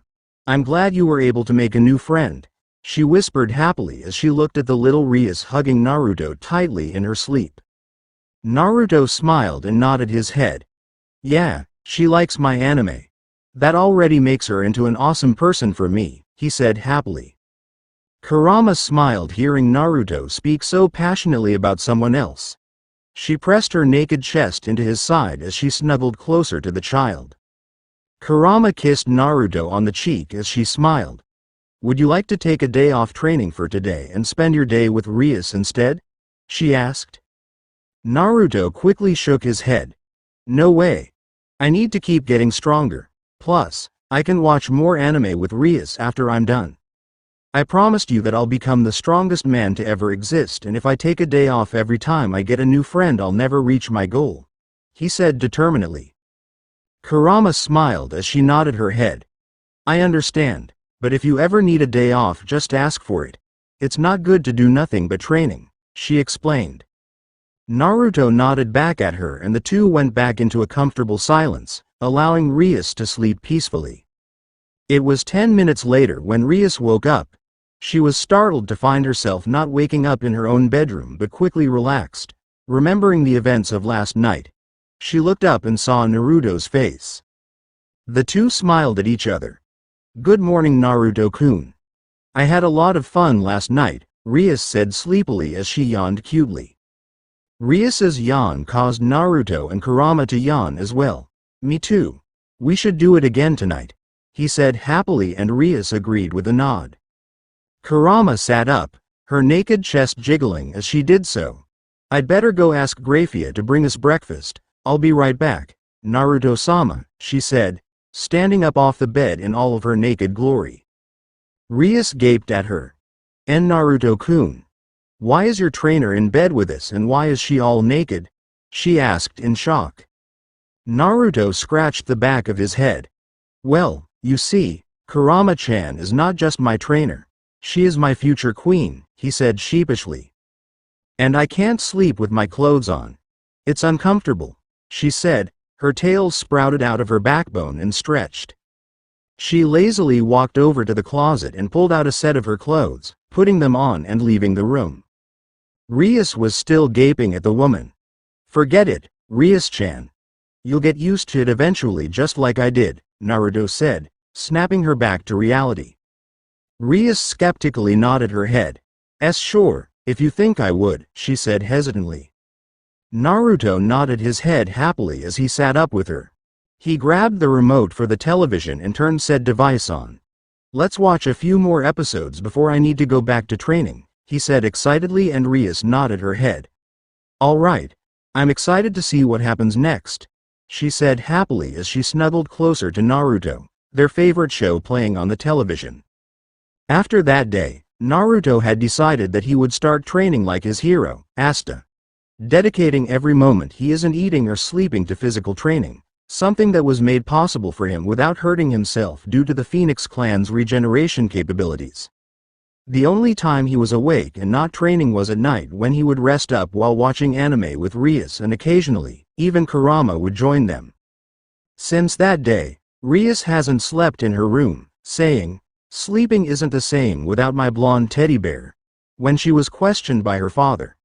Both Zoeticus and Venelana found that adorable and allowed Rias to do as she pleased, the girl developing Kurama's habit of sleeping naked. Not that she had any self-awareness about her body, being 5 years old and all. It was a week later, though, that Naruto was introduced to Rias's queen, Akeno, who decided to try getting to know Naruto more by joining her king and him to their nightly anime watching. It was around 9 p.m. and as usual, Naruto sat on his bed with Rias leaning against him from his right, her head resting on his shoulder. The two have already finished Black Clover and decided to watch something else. Rias has insisted that Naruto watch My Hero Academia with her, even though he told her that he already watched that. She said that it was something she wanted to watch with him, and Naruto agreed, having nothing better to do. Just as they were about to start the first episode, the two heard a knock at the door. Knowing Kurama was out with his clones, Naruto had no idea who could be at the door. "Rias-chan, Naruto-kun, it's Akeno. Can I come in?" Rias's future queen asked from outside the door. Naruto looked at Rias for a second, and he could only thank her in his heart. Naruto has gotten a lot less scared around new people ever since he became good friends with Rias, the girl being someone he almost practiced on when trying to be less shy around new people. "Come in," he said, taking a calming breath before he did. He was just glad it was only Akeno and not any of the older people, seeing as his practice with Rias, along with his lack of major trauma from children, made it possible for Naruto to interact with Akeno with mostly no problem. The little girl opened the big door and stepped into the room, the door closing behind her. She smiled at seeing Naruto's position with Rias as she stepped forward. "Do you mind if I join you too? I would like to get to know Naruto-kun better, so I want to see what you both like so much about this," she explained. Naruto and Rias looked at each other for a moment before they turned back to Akeno and nodded together. "Sure. Come sit down with us. We were just about to start a new series," Naruto said, petting the empty space to his left. Akeno nodded happily as she sat to Naruto's left, leaning back into the pillows, unlike Rias. They played a few episodes of the show and Akeno started to like the show a little. However, without either Naruto or Rias noticing, she moved closer to Naruto little by little until finally, she leaned into his left side and placed her head on his left shoulder. Naruto stiffened at the touch, but after recognizing that it was like Rias's own, he relaxed, not saying a thing. Rias glared at her queen, to which Akeno simply stuck her tongue out at her. The two girls each grabbed one of Naruto's hands, hugging it as they leaned into him, each trying to have more of Naruto to herself. Rias actually wanted more of Naruto to herself as she started to like him a lot, maybe a little more than simple friends. However, Akeno simply wanted to be better than Rias. She didn't know Naruto enough to actually want him to herself, but she could admit that what Rias said about Naruto being a good cuddling partner was very much true. Kurama came into the room around an hour later and found the three sleeping, Rias and Akeno competitively trying to take more space on top of Naruto's body for themselves. She laughed lightly, happy that her master was able to make another friend using his anime. Or perhaps it was using Rias. It didn't matter. Kurama, like always, removed her clothes after closing the door, gently moving the girls so that Akeno would be holding Naruto's left arm with her whole body, her arms and legs wrapped around it as she clutched onto it. She moved Rias to on top of Naruto, the girl's head resting on his chest as she did so. Finally, Kurama laid down on Naruto's right, her head on his right shoulder and his arm hugged tightly into her chest. If Naruto were to hit puberty, he would probably die when he woke up. It was only lucky that he was so innocent. As the years went by, Naruto got closer and closer to Rias, Kurama, and Akeno. Rias finally understood that her love for Naruto wasn't a love someone has for a friend but that which you would have towards your romantic partner, though she stayed quiet about it, fearing to lose her close friend if he didn't feel the same way. Akeno has developed feelings of her own for Naruto, loving him as a person even more than she liked teasing Rias about how she herself would be the one who ended up with Naruto instead of her. The two became something of rivals for Naruto's love, both girls knowing about each other's feelings for Naruto and doing their best to make Naruto love them more than the other.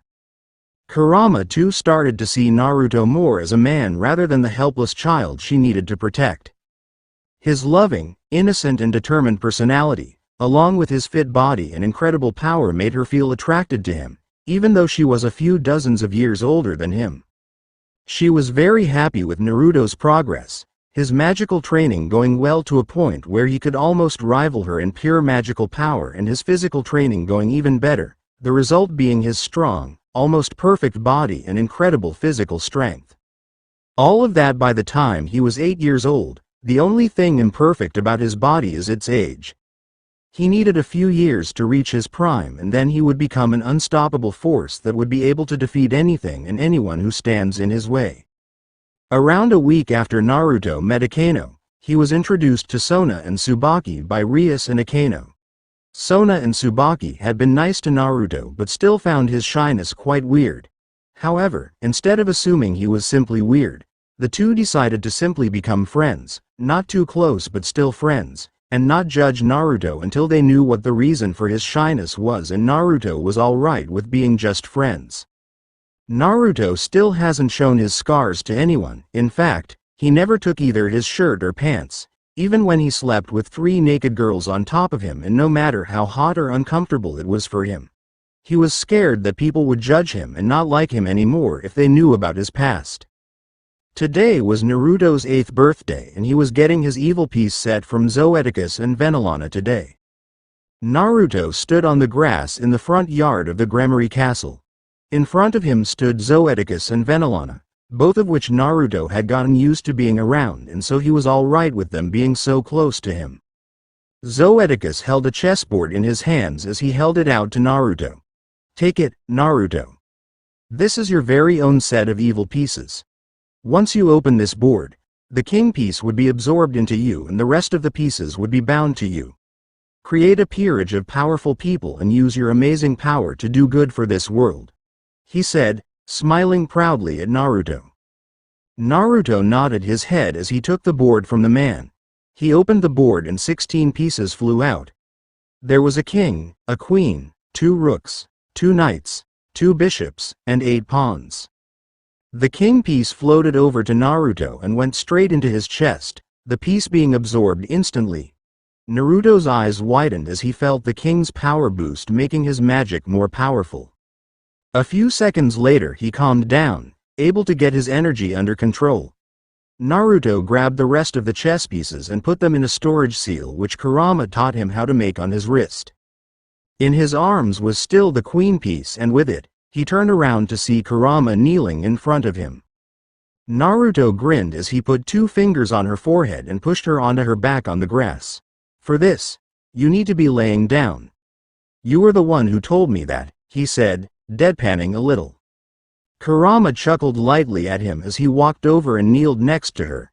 He placed the queen piece on her chest, right between her breasts, and stood back up.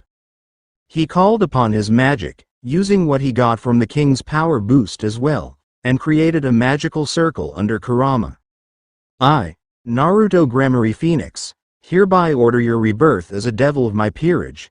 You shall serve me as my queen until the day either one of us dies," he declared, the magical circle enveloping Kurama from under her and making her glow red, the queen piece being absorbed into her chest. After the glow died down, Kurama stood up and bowed to Naruto.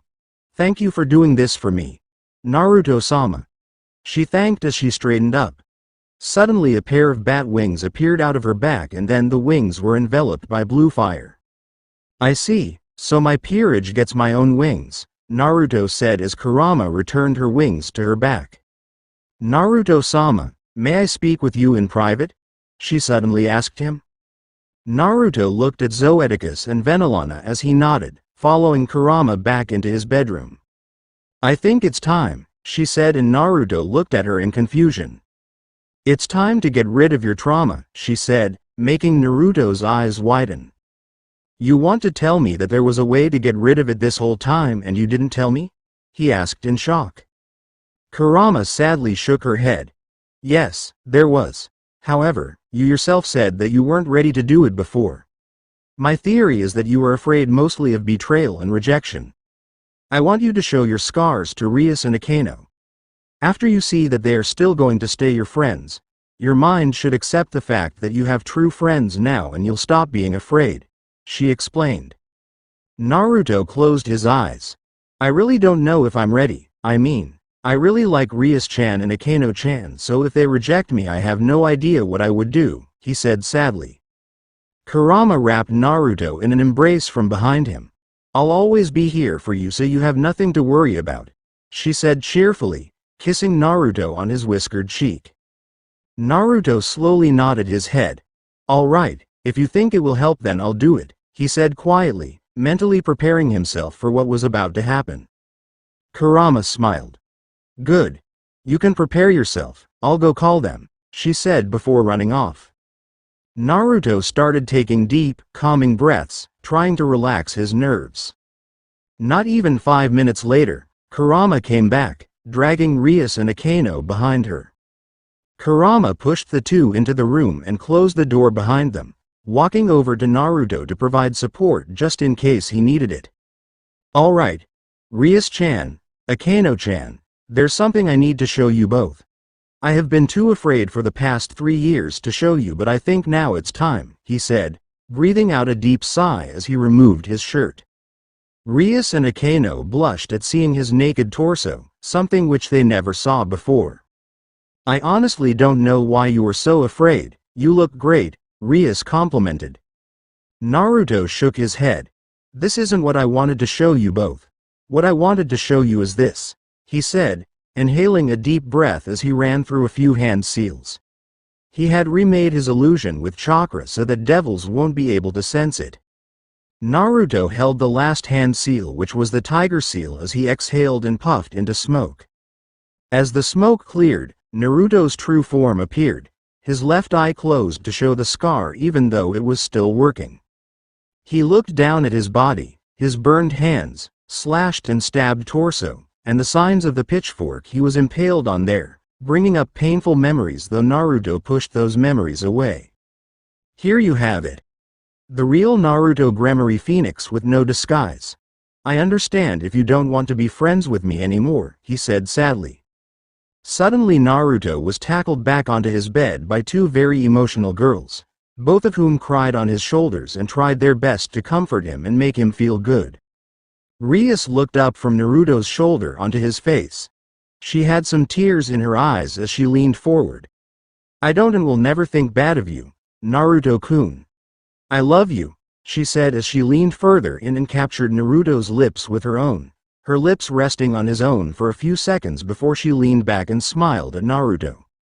Akeno pouted at her friend. That's not fair, Rias. I love him too. I wanted to take his first kiss, she said as she gave Naruto a kiss of her own. Kurama subconsciously pouted at having Naruto's first kiss be taken away by Rias and not her, but smiled as she watched the two do exactly what Naruto needed them to do. Naruto laid frozen on his bed, trying to process what just happened. You saw what I truly look like, and instead of hating me, you love me? Why would you love me? I am just a damaged child, he asked, mostly to himself but a little expecting an answer from Rias and Akeno. Akeno giggled lightly. Well, at first, I was only hanging out with you as a competition between me and Rias, making her jealous of your love for another girl. However, after I saw just what kind of person you really are behind your shyness, I fell in love with you. You are a great person, Naruto-kun, and that is apart from your handsome face and great power, she explained. Rias nodded her head. Yeah. Akeno is right. At first, I only saw you as someone to watch my anime with, so I won't be alone doing so. However, after a few days of hanging out with you, I saw just what an amazing person you are, and not only did I fall in love with you, I started to admire you. You remind me a lot of Asta. You might be a little dense sometimes, but you are a great person who would do anything for his friends, she added her part. Naruto looked at the two with tears in his eyes. You really mean that? He asked, his voice cracking. Both girls nodded their heads, answering his question. Naruto slightly turned his head and looked at Kurama. I love you as well, just as much as I do Rias-chan and Akeno-chan, he said silently. Kurama smiled at Naruto as she walked over and sat in front of him. I love you too, Naruto-sama. However, I am your servant and it should stay that way. I am not good enough for someone such as you, she said. Naruto grinned his typical grin as he leaned forwards, and like Rias and Akeno did to him, he placed his lips on Kurama's own and enjoyed the feeling before leaning back a few seconds later. Don't even think about saying such a thing again, he said, smiling happily. Kurama nodded her head as a single tear of joy came to her eye, quickly wiping it away as she smiled and leaned forward into Naruto, her chin resting on his naked shoulders. Just like that, after removing their clothes, Rias, Akeno, and Kurama all joined Naruto in bed as he told the younger girls more about his childhood. When it was finally time to sleep, Kurama was the one laying on top of Naruto. She kissed him on the lips as Rias and Akeno kissed his cheeks from each of his sides. Happy birthday, Naruto-kun. Naruto-sama, the three said together as they all got into their sleeping moods. Time skip. The next morning Naruto woke up feeling better than ever. He opened his eyes to the normal scene of the girls he loved sleeping all over him. However, unlike usual, his shirt was nowhere to be found and his illusion was removed. It felt so good to him knowing that the girls he loved not only not hated him for how he really was but even loved him and still did after seeing his true body. He silently waited for the girls to wake up, smiling happily as he watched them sleep. One by one the girls woke up, greeting Naruto with pecks on his lips as they did. After the girls were all awake, Kurama went and asked Graphia to get them some breakfast. Once she came back, she sat in front of Naruto. Are you ready for the next step, Naruto-sama? She asked. Naruto raised an eyebrow. Next step? He asked curiously. Kurama nodded her head. Yes. Rias and Akeno are both people you love and trust, so it was relatively easy to share your past with them. However, in order to get rid of your shyness for good, you are going to need to be comfortable with people you do not trust as much as you do the three of us. The next people we should reveal to you are Sona and Tsubaki, both of which you are already slightly familiar with. She explained, and Naruto nodded his head. I don't feel as bad showing my scars and telling them about my past as I did Rias and Akeno, simply because I do not fear losing them, seeing as I'm already not that close to them. Plus, I don't really need anyone but you three, he said happily, newfound confidence building up inside of him. Kurama smiled. That's good to know. If only having Rias and Akeno accept you is giving you that much confidence, people you know less should give you a lot more confidence when they accept you, she said. That's if they do, Naruto said. Rias patted his back. Don't worry, Sona and Tsubaki are good people. They both will accept you quickly. She encouraged Akeno, nodding her acceptance to her words. Naruto smiled. All right. You are welcome to call them over so they can eat breakfast with us, he said. Rias and Akeno nodded their heads, dressing back in their clothes and going out of the room to call Sona and Tsubaki. Meanwhile, Kurama went to ask Graphia to get food for Sona and Tsubaki as well. Finally, after around 10 minutes, everyone was back in the room. Naruto sat on his bed, his torso bare and his illusion turned off, Rias and Akeno sitting to his sides while Kurama sat behind him, her body pressed into his back to comfort him. Sona and Tsubaki were confused at first, but when their eyes laid on Naruto's body, They were at a loss for words. The two filed off the fact that Naruto's body was very well built and very attractive and focused on the scars he had, trying to find a way for them to be caused and coming up with none. Naruto shrugged Kurama off his back and stood up, walking over and sitting next to the table in his room where everyone's breakfast was. Kurama, Akeno, and Rias quickly followed him, sitting around the table and starting to eat. After a few seconds, Naruto spoke up. "If you don't come soon your food will get cold," he said, smiling weakly at the two young devils. Sona and Tsubaki looked at each other before going over and sitting down next to the table. "You two must be wondering what could have caused me to have such scars at such a young age," Naruto said, to which Sona and Tsubaki nodded. He sighed. "That's actually the reason we called you over.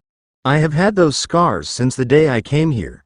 I had a very bad trauma from the abuse I suffered at the hands of the villagers back in my home village of Konohagakure, which was the reason for my shyness and the reason for my fear of older people. I showed my scars to Akeno and Rias yesterday, wanting to slowly try and get over my trauma. However, it went better than expected and they both accepted me very quickly. We decided to move on to the next step and tell my past to people I don't know as well as I do Rias and Akeno. Those people being you two," he explained, taking a bite out of his food as he finished. "If you would listen, I would like to tell you about my life before I came here, and after I am done I would like to know your honest feelings about the matter. There is no point in lying to me as I can detect such an act. I would like you to tell me your true feelings about me after you hear what kind of person I really am, whether they are good or bad," he explained, to which both girls nodded their heads. "I would love to hear about what you have been through so far if you wouldn't mind telling me. Also, I apologize for thinking you were weird. As I knew it before, I only knew that you were shy, and without knowing the reason why, I thought you were kind of weird," Sona said apologetically. Tsubaki nodded to her words.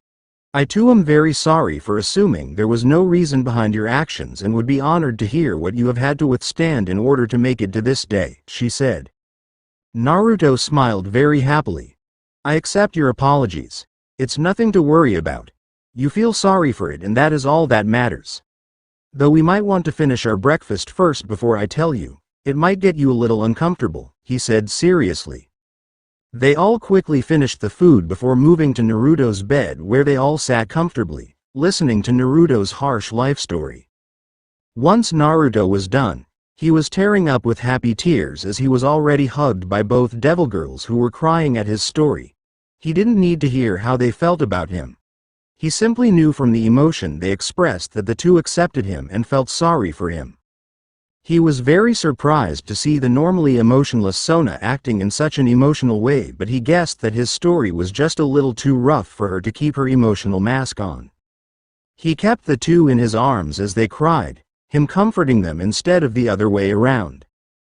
Kurama, Rias, and Akeno smiled at the scene, all happy to see Naruto regaining his confidence. The two calmed down after around 10 minutes. "I'm happy to see that you both accepted me. I'd love to get to know you both better now that I feel like I can trust you," he said happily. Both Sona and Tsubaki nodded their heads, signaling that they would love to get closer to Naruto. As the days went by, Naruto became more and more comfortable walking around the castle with his illusion released. It was around 1 week later when Naruto decided that it was time to show himself to his family with his illusion removed. He, along with Kurama, teleported through a magical circle into Kazuki's office, wanting to see him first. However, when Naruto saw the whole leading family of the Phoenix clan in the office, the two were slightly surprised. Revel, Ruvel, Hitomi, and Kazuki all ran over to Naruto in concern, seeing a slash on his face and burns on his hands. "What happened to you?" Hitomi asked in concern. Naruto waved them off as he smiled. "Don't worry. Until now, I've been under an illusion to hide my scars which I got back in Konoha. I am trying to overcome my trauma, so I need to start getting more comfortable with people around me. I came here to tell you all about what happened to me back in Konoha," he explained. The four nodded as they stepped away from him slightly, having started to check him out for anything dangerous. Riser laughed. "How pathetic. a member of the Phoenix clan having burned scars, he said. Kurama went to hurt him but Naruto held his hand out, stopping her. He turned back to the rest of the family with a smile. Anyways, what are you all doing here? He asked casually, having expected everyone to be dealing with their own business. Kazuki showed Naruto the paper which he was about to sign. Our elders and the elders of the Gregory clan had made a marriage contract between the heiress of the Gregory clan and one of the children of the leading family in the Phoenix clan. Seeing as Ruvel refused, we will be signing riser to it. He explained and everyone could feel the room temperature dropping. Naruto looked at him with a blank face. What? He whispered very quietly. His eyes started to glow blue as a slit appeared in the middle of them, his dormant Kitsune Yukai genes awakening in a moment of total rage. No. Rias is with me and I won't let anyone take her away from me, especially not him, he shouted, pointing at Riser. Most of them were taken aback by his sudden moment of rage. However, Riser didn't back down. Oh yeah, and what are you going to do about it? He asked tauntingly. I will do whatever it takes. As someone who is also a member of the Phoenix clan's leading family, I challenge you to a battle for the contract, Naruto said, his rage overriding his shyness and fears. Before the two could start fighting, Kazuki stepped between them and Kurama wrapped her arms around Naruto, calming him down slightly. That's enough. There will be no fight at the moment, Kazuki said. However, Naruto-kun is correct. He also has the right to the contract and as such, you two will eventually fight. However, your flight won't be one-on-one. I want you both to take 10 years, until Naruto's 18th birthday, to gather up a peerage, and then on said day, you will settle the winner of the contract in a rating game, he declared. Naruto closed his eyes and thought for a second before he nodded his head. If he had 10 whole years to train, he could take down Riser's whole peerage on his own, so it was fine with him. Riser smirked. You can give him however much time you want, he will never defeat me. I agree to the terms, he said. Kazuki nodded. Good. Now, Riser, you are welcome to stay here and listen to Naruto's story, but if you have the nerve to make a comment like you usually do, the contract goes to Naruto-kun. You are also welcome to leave. He finished and Riser grumbled, walking away. After Riser was gone, Revel walked up to Naruto. Please don't tell Riser Onichan, but I would much rather be on your peerage over his own. He is planning to make me into his bishop when I turn 8 years old, but I want to be your bishop instead. Would you turn me into yours before he can? She asked hopefully. Naruto smiled as he nodded his head and patted her own. Don't worry about it. I promise I'll turn you before he can. Just like I would save Rias-chan from him, he said happily. Revel squealed in happiness. Thank you, Naruto Onichan, she said happily. Naruto then went on to tell the family about his past, not speaking about his more painful experiences as Revel was there and he didn't want to scare her. Time skip. Later that day Naruto and Kurama came back to the Gremory Castle through another teleportation circle. Kurama-chan, please go with my clones to train. We are going to need to start training even harder now. I would like to go tell Rias on my own, he said, and Kurama nodded in understanding. Naruto made a cross-fingered hand seal and around 1,000 puffs of smoke appeared around them. Out of the smoke appeared magical circles. Naruto's clones having already teleported to the training fields so that Naruto could spawn more clones. Kurama kissed Naruto good luck before she disappeared as well, going after his clones. Naruto walked silently towards his room where Rias probably was as he prayed that she won't hate him for not asking her before jumping into the marriage contract as he did. He made it to his room and opened the door, finding Rias there as he expected with Akeno. He walked into the room and smiled sheepishly at the two. Akeno-chan, would you mind giving me some time to talk with Rias in private? I have something she needs to know and I'm not sure she'll be too happy about it, he said. Akeno quickly understanding that a pissed-off Rias would be bad for anyone to be around, with Naruto having the highest chance of survival, being the person she loved. Rias raised an eyebrow as she watched Akeno peck Naruto on his lips for good luck and leave the room, the door shutting behind her. Naruto sat on the bed, Rias sitting next to him. "I'm sorry," he said apologetically. Rias looked at him curiously. "What for?" she asked. Naruto lowered his head.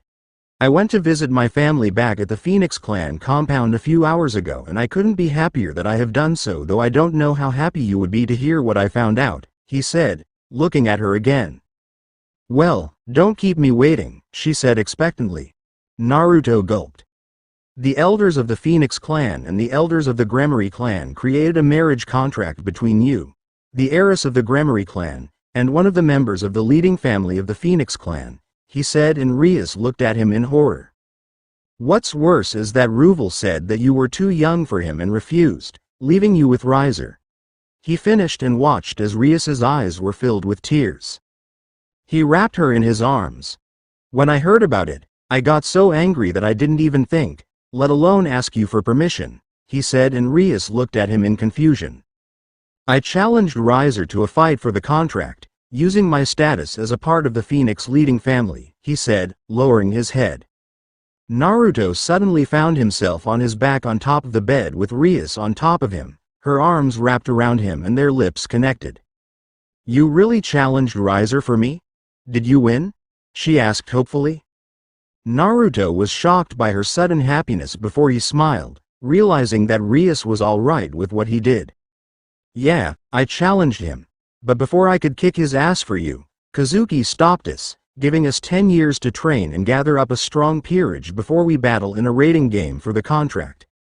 I've already sent twice the clones I normally would send to train with Kurama, so I'm going all out with my training. There's no way in hell I'm losing you, especially not to Riser," he said determinedly. Rias smiled. "Thank you so much, Naruto-kun. I'm sure you'll become so much stronger than you will be able to defeat Riser's whole peerage on your own. Also, being your wife in the future doesn't sound too bad," she said happily, blushing as she thought of being married to Naruto. Naruto looked at her for a few seconds before he fainted. The thought of being married, let alone to someone he loved like Rias, being too overwhelming for him. Rias went to see if he was all right, only for Naruto to jump up, fully conscious once again. "I can't afford to faint now. I can sleep at night, but right now, I need to train," he shouted, pumping his fist. Rias giggled as she watched her love run over to her. The two shared a short kiss before he ran off out of the room to train. Rias stood up and went to search for her queen, wanting to tell her that she was already going to be married to Naruto, unlike Akano herself, already able to imagine how jealous Akano would be. Time skip. 2 months later, Naruto was, as most of the time, training. He was currently holding himself upside down on nothing but the index and middle fingers of his right hand. He quickly started to do a set of 10 push-ups like this before he moved onto his second arm. Just as he changed to his second arm, Kurama appeared in front of him in a magical circle. "Hey Kurama-chan, do you need anything?"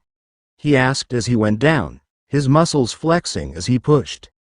Kurama watched Naruto's naked torso as he worked, the muscles of his body shining with the sunlight and the sweat.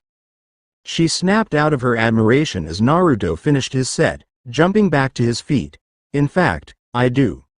Rias asked that both myself and you be present back at the castle. She said that there was someone she wanted to show us, but she refused to say who," Kurama explained. Naruto nodded his head as he wiped his body off with a towel before putting his shirt back on. "All right, let's go. Rias-chan could be scary when she is angry, so we'd better not keep her waiting," he said, and Kurama nodded her head. Naruto walked over next to Kurama and they both were enveloped by a magic circle, instantly teleporting them over to the Gremory Castle. As the two arrived, they walked in, going around the castle in search of Rias. The two ended up finding her in Naruto's room, something which they should have expected. Naruto walked into the room with Kurama following closely behind him. They saw Rias sitting on Naruto's bed with another girl sitting next to her. The girl was small, looking to be around 5 years old. She had white hair and golden eyes. She wore a white formal robe that covered her skin well, showing really nothing but her arms. Rias smiled as she saw Naruto and Kurama. Said people looked at the small girl as if there was something wrong with her. "She's another Yuke, isn't she?" Naruto asked. "A Neko Yuke to be specific," Kurama answered. Rias nodded her head. "Yes. Kaneko-chan is a Neko Yuke but is also my rook. I wanted her to get to know you both and to see if Kurama-chan can maybe help her with her Yuke power," she said hopefully. Kurama took a few seconds to think before she nodded her head. "I can have a clone do it, seeing as I'm already busy with overseeing Naruto-sama's clones while they train. However, I'm not sure how much I can help her with her Neko ability, seeing as it's just it is only for Neko Yuke to use, like my Foxfire. All I can do is try to help her with gaining the ability to use Senjutsu chakra like me and then control said chakra," she explained. Rias nodded her head. "That's enough for now. Thank you," she said. Naruto walked over and crouched next to the girl who had been looking at the three with a blank expression on her face. He smiled gently as he reached for her with his hand. "It's nice to meet you, Kaneko-san. I and Kurama-chan are great friends of Rias's, so I hope we can get along," he said happily. Kaneko just stared at him emotionlessly. Rias walked over and placed a hand on Naruto's shoulder. "She had a little bit of a rough time lately, so give her some time," she said, to which Naruto nodded. "Alright then, Kaneko-san. Please come over whenever you need to talk. I could share my own past with you if you would like to hear. I believe you might be able to sympathize with me. I'll be going back to training now, so I'll see you, girls, later," he said with a wave as he disappeared into a magical circle, Kurama following closely behind. Once they were both gone, Kaneko spoke quietly. "He seemed nice. What was his name?" she asked Rias with a monotone voice. The red-haired girl smiled. "His name is Naruto Grammary Phoenix," she answered. Happy Kaneko took a liking to Naruto. Time skip. 6 months later, it was around 2 a.m. and Naruto was still awake, sitting on his bed cross-legged with Kaneko curled up in his lap, much like a normal cat. In the past 6 months, Kaneko has gotten very close to Naruto and Kurama. The girl has started training with Kurama after Naruto gained her trust by telling her about his past. From there, she quickly became very clingy of Naruto, only leaving his side when he went somewhere else without Rias, the person she was kind of bound to. She had gotten the habit of sleeping in his lap, curled up like a real cat, or on his stomach when he was laying down. Seeing that it meant one of the girls had to give up her spot sleeping on top of Naruto while he slept with 2 of the others to his sides, Akeno had taken it upon herself to sleep between Naruto's legs. She had said that she was closer to the prize that way, something that Naruto obviously didn't understand. He was very confused to see Rias and Kurama getting angry at such an action, but shrugged it off as a girl's thing. As he sat with Kaneko in his lap, Rias, Akeno and Kurama were sitting around him while Revel walked around back and forth, looking at the clock present in Naruto's room expectantly. Finally, the clock turned 2:12 a.m. and Revel stopped in place. "Alright, you can do it now," she said towards Naruto. Naruto nodded as he placed his hand on Kaneko's own. "Kaneko-chan, please let me stand up for a second," he said kindly. She grumbled as she got up and rolled off Naruto's lap onto the bed. Naruto smiled as he got up. He walked over to where Revel laid on the ground and placed one of his bishop pieces on her chest. "I, Naruto Grammary Phoenix, hereby order your rebirth as a devil of my peerage. You shall serve me as one of my bishops until the day either one of us dies," he said, a magical circle appearing under Revel and enveloping her. After the circle was gone, Revel sat up. "This is amazing. I feel like my magic feels like it is like 4 times stronger," she said in amazement, flaring her wings out only to find that she no longer had her normal red flaming wings. She had Naruto's bat-like grammary wings, which were enveloped by the blue flames of the foxfire. Naruto smiled as he patted her head. "That is great.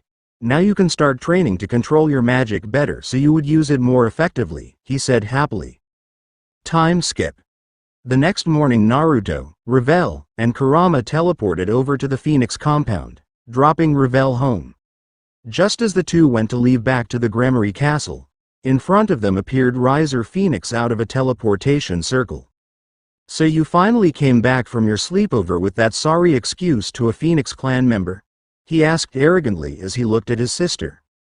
That sorry excuse for a Phoenix Clan member is standing right here, Naruto deadpanned. Riser sneered at him. I didn't speak to you, he said, his tone filled with venom. He took a step towards Revel. Now come on, you got the honor of becoming a member of my peerage, he said arrogantly. Naruto stepped between him and Revel. I don't think so, Revel-chan is already a member of my own peerage, he said, smirking tauntingly at Riser. Riser glared at his sister. Is that true? He asked angrily. Revel shyly nodded her head as her new wings flared out of her back. How dare you? You dare pick him over me. You got the honor to join the peerage of the man who will rule over every single world, yet you had the nerve to decline? He roared in pure anger, throwing a punch towards Naruto.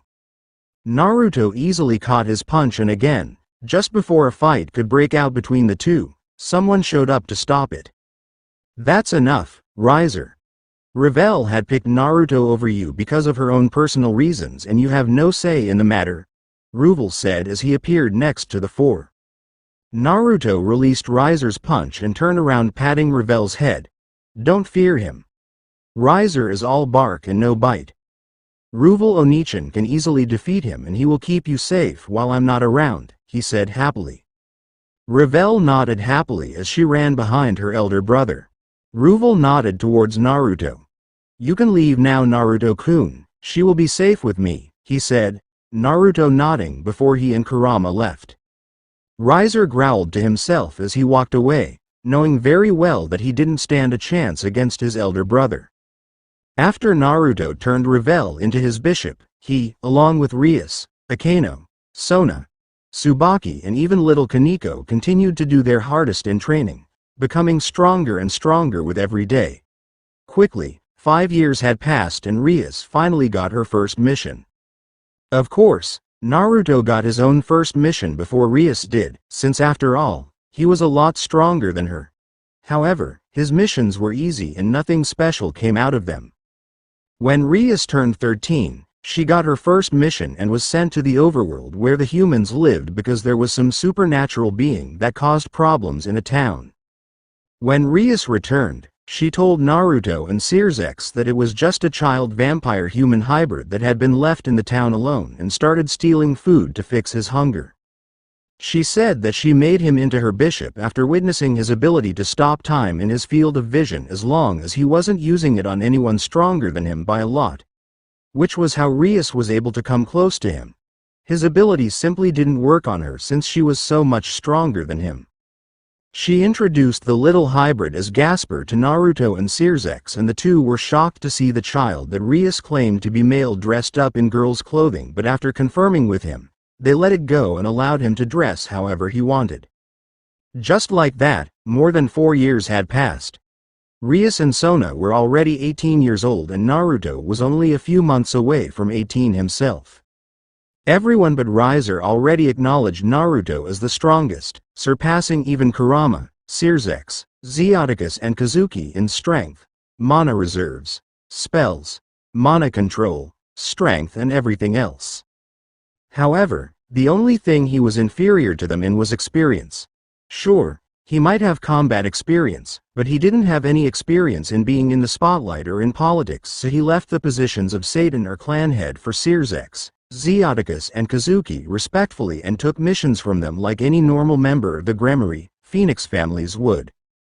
Now that Rias was 18 years old already, she was going to be sent to the overworld to keep her own territory and search for more members for her peerage. Of course, Naruto's first reaction was to join her as she was going there for at least a few years and she was taking not only her peerage with her but she was also taking Sona and her peerage with her. Of course, Circex didn't mind and allowed him to go. However, just before the group left, Circex received a mission that only Naruto and Kurama could complete.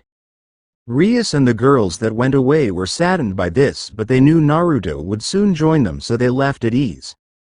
Naruto sent Revel with them over to the human world as his representative there to search for potential humans that could be of use to him, while he and Kurama went to get the mission from Circex. Asterisk in Searsex's office. A knock on the door was just heard. "Come in," Searsex called from behind his desk. The door was open to show a 17, nearly 18 years old Naruto with Kurama following behind him. Naruto has grown up into an amazingly handsome young man. He had shoulder-length spiky blonde hair with a few bangs over his forehead and over his left scarred eye, which he had taken to keeping close as a way to make his opponents underestimate him. His single eye was a bright, almost glowing blue with a vertical black slit in it, an effect of his UK genes. He had a square jawline and his whisker marks on his cheeks. His body could only be described as taken from legends or coming from the gods of ancient mythology.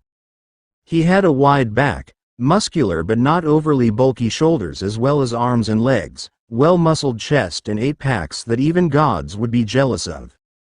He wore a black pair of pants with a blood-red shirt and white sneakers. Finally, there were 2 swords strapped to his left thigh. One with a white hilt and a black sheath and the other one with a black hilt and a white sheath. His arms, mainly his wrists, were packed with invisible seals that he was first taught by Kurama, who called them the art of sealing magic, but Naruto took it and made it into his own by combining mana and chakra, making them invisible as well as a lot more powerful. Kurama, who had walked behind Naruto, had not changed one bit. She naturally didn't age, being a Kitsune Yuke, and had not made any changes to her body. However, now that she stood next to Naruto's 6 inches 2 form, she looked a little shorter than she used to, since she was always much taller than Naruto in the past. The two walked over and stood in front of Searsex's desk, an annoyed look plastered onto their faces. "This'd better be important for you to prevent me from going with Rias," Naruto said, looking at Searsex with his eyes narrowed. Searsex scratched his head nervously, sweating slightly. "I assure you it is something that would be much easier for you too," he said, straightening his back as he pulled out a paper and showed it to the two. "This is your mission. As you can see on the paper, your mission is located in the Elemental Nations, in a village called Kumogakure," he said, and watched the usually calm Naruto let out a sigh of relief. "All right. There should not be any Konoha shinobi in Kumogakure, so I should be all right. It's better they think I'm dead for now," he said, and motioned for Searsex to keep going. "Well, this mission is pretty much perfect for you too. Kuroka, Kaniko's older sister, has gone to the Elemental Nation and was spotted in Kumogakure. Since you two are so close to Kaniko, I figured you could talk to her and figure out why she went to the Elemental Nations. However, do not forget that she is an S-ranked criminal. If she isn't open to talking, you are to use force and capture her. Though, if she is open for talking, after you find out why she went to the Elemental Nations, try to find out what happened to her old master and why she killed him. If possible, we want Kuroka on our side since she is strong and could be of help." He finished, and Naruto took a moment to process the information. Finally, he nodded his head. "All right. We'll do it," he simply said, taking the paper and disappearing from the office with Kurama through a teleportation circle, going quickly as he wanted to finish this mission as soon as he could. The two appeared on a mountain top and looked around at the view of the Elemental Nations. "Who would have thought that we would be back here so soon, Kurama-chan?" Naruto asked, the few pleasant memories he had from his early life in Konoha flashing in his eyes. Kurama nodded her head. "Yeah, it sure has been a while. I actually never asked you, do you want to go back to Konoha sometime? Maybe when your peerage gets a little bigger?" She asked for the sake of asking, expecting Naruto to instantly deny her offer. However, much to her surprise, Naruto took a few moments before nodding his head. "I've actually been thinking about it a few months back and have already sent someone to do some research on how Konoha has been over the past few years," he said, his fists clenching as he spoke his next words. Apparently, Makoto Obachan's eldest son had killed the whole Uchiha clan, herself included, leaving only his little brother alive there, he said, his tone cold and empty. Kurama turned to look at him in shock. She wrapped him up in her arms, trying to comfort him. "I'm all right. You don't need to worry. That is my main reason for wanting to go back to Konoha." My spy found out that the humans found a way with their chakra to temporarily bring a soul back into a body from the next world. That is exactly what I need in order to fully revive someone using my evil pieces. I plan on finding whatever technique that is and using it to bring her back before officially making her into one of my pawns, even if she is weak. It's the least I can do for her in return. He explained his plan and Kurama sadly nodded her head in understanding. My spy told me that a few months after my 18th birthday, there would be the graduating test from the Shinobi Academy for my age group, which would be the perfect time for me to get back to Konoha and get access to the techniques of that village. Plus, I could help Hiruzen out a bit for all that he has done for me in the early years of my childhood, he explained, and Kurama nodded once again. I see. So you are planning to go back with all of us, members of your peerage, and probably with Rias and her peerage right after your raiding game with Riser. I will obviously follow you wherever you go, and I believe that so would Rias and the rest, she said, releasing Naruto from her embrace to give him a short kiss on the lips. The two quickly broke the kiss before in unison spreading their wings out and starting to fly down the mountain and into the village that was set up around the middle of the mountain. The two landed in an alley without anyone noticing them, their wings disappearing into their backs as they walked out of the secluded alley. The two walked through the village, attracting some attention from the people around them. After all, the two of them were at the top of the appearance score for their respective gender. However, it was nothing bad since they didn't do anything suspicious. The two walked into a small tea house and sat down, ordering a cup of tea for each of them. As the pair sat down and drank their tea, they sensed around the whole village for anyone with a strong mana signature. For the both of them, who were exposed to chakra for a rather long time, it was easy to tell between mana and chakra. I found her, Naruto simply said. The two of them quickly downed their tea and left the money on the table before calmly walking through the village towards where Kuroka was. It took the two quite a bit of time to make it to her location since she was on the other side of the village and they didn't want to make anyone suspicious of them by running, but they finally made it. It was the village square and it was full of people. In the middle of the square, there were people putting on shows for the bypassers in exchange for donations. Among them, there were clowns, tricksters who claimed to be magicians, and finally, there was the titled, unmoving lady, who in actuality was Kuroka meditating, completely still. Neither Naruto nor Kurama knew what she was trying to do, but as they approached her, her eyes opened and she stood up, looking at the two of them. She packed up her things and calmly started to walk away, Naruto and Kurama following her at the same pace she went. Kuroka finally went into a secluded alley and stopped, turning to look at her pursuers. I'm not going to say it again. I will not allow myself to be captured by the two of you and let you take me back to the underworld. I have something to do in this village and I will not leave it until I'm done, she said calmly, standing in front of the two proudly. Kuroka was a beautiful young woman with a voluptuous figure, long black hair with split bangs, and hazel gold eyes with cat-like pupils. She had fair skin, stood at the height of 5 inches 161 centimeters, and looked to be around 18 years old. Her attire consists of a black kimono, a yellow obi and a set of golden beads. The kimono features a red interior and it is open at her shoulders, giving view to her large breasts. Her slender fingers lit up in a purple light as she started to write symbols in the air. Just as she finished, a purple mist flew towards Naruto and Kurama. Kurama casually stepped forward and held her hand forward, a barrier of blue flames completely burning away the poisonous mist. Kuroka growled at the two and went to start writing again. However, Naruto appeared right next to her and grabbed her hand, stopping her in place. Kuroka's face was pale and she looked at Naruto in horror and disbelief. What are you going to do?" she asked in fear, realizing that Naruto was leagues above her. Naruto sent her a charming smile. "Don't worry. We just came here to talk. We were sent to retrieve you into the underworld, but I'd much rather have you come with us by your own free will and later have you on our side. I figured that I'd ask why you came here and see from there, so, would you kindly tell us why you came to this world?" he asked, his smile melting her heart as he released her hand and sat down on the ground, leaning on the nearby wall. Kurama quickly joined him and sat next to him silently.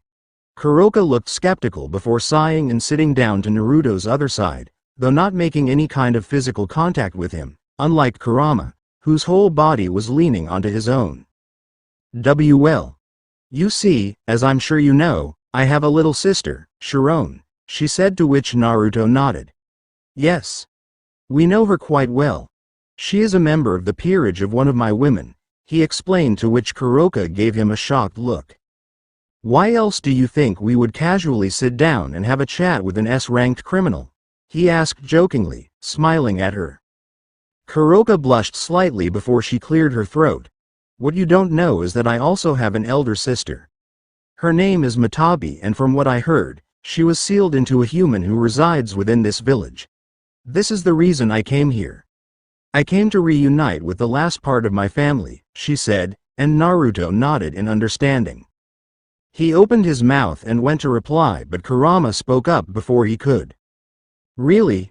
I never expected you to be sisters with Matabi-chan, she commented. Both Naruto and Kuroka looked at her strangely, to which she sheepishly scratched the back of her head. Sorry, it's just been a while since we saw each other. Actually, it's been more than 20 years since we last saw each other. Your parents brought her here along with me when we came to the Elemental Nations. She was also selected by your parents to be a member of your peerage, though probably a rook since she wasn't as strong as I was. I never would have thought that she would be here of all places. After we came to the human world, she went out to explore the world to make sure there were no threats to you, but she was defeated by a whole army of humans using chakra, and we haven't spoken to her since, Kurama explained, and Naruto only stared at her in disbelief. Kuroka, however, was even more shocked. Just who is he to have deserved my sister on his peerage, and by her own will at that? She asked, almost fearing the answer. Kurama glanced at Naruto, and after seeing him shrugging, she spoke. Naruto-sama is the son of the legendary Kushina Gremory and Minato Phoenix. If I'm not mistaken, you are almost half of the Kitsune Yukai race like Matabi, with my own father acting as your father as well. That means that Kaneko had the Kitsune Yukai bloodline all this time and we didn't know it, Kurama continued to mumble to herself. However, around her, even Naruto was shocked to find out that Kuroka, Kaneko and Kurama were half-sisters. Kuroka herself was absolutely shocked, her brain going through a full restart before she was able to comprehend what Kurama had said. She fearfully looked at Naruto. Why, you are him? Are you really him? She asked in shock. Before my sister left, she told me that she had found herself a perfect master to serve and that she couldn't be more happy with her decision, but now it turned out you weren't even born yet and she was going based on your parents, she said silently, as if accusing him of her kidnapping. Naruto smiled at her again. Don't worry, Kuroka-chan. I'll help you find your sister. It's the least I can do right now. Also, I won't pressure you to tell me what happened with your previous master and why you killed him, but I'll tell you that not all devils are like that, and if you ever want to rejoin with your sisters, you have a place in my peerage open for you for as long as it's not full, so take your time in deciding.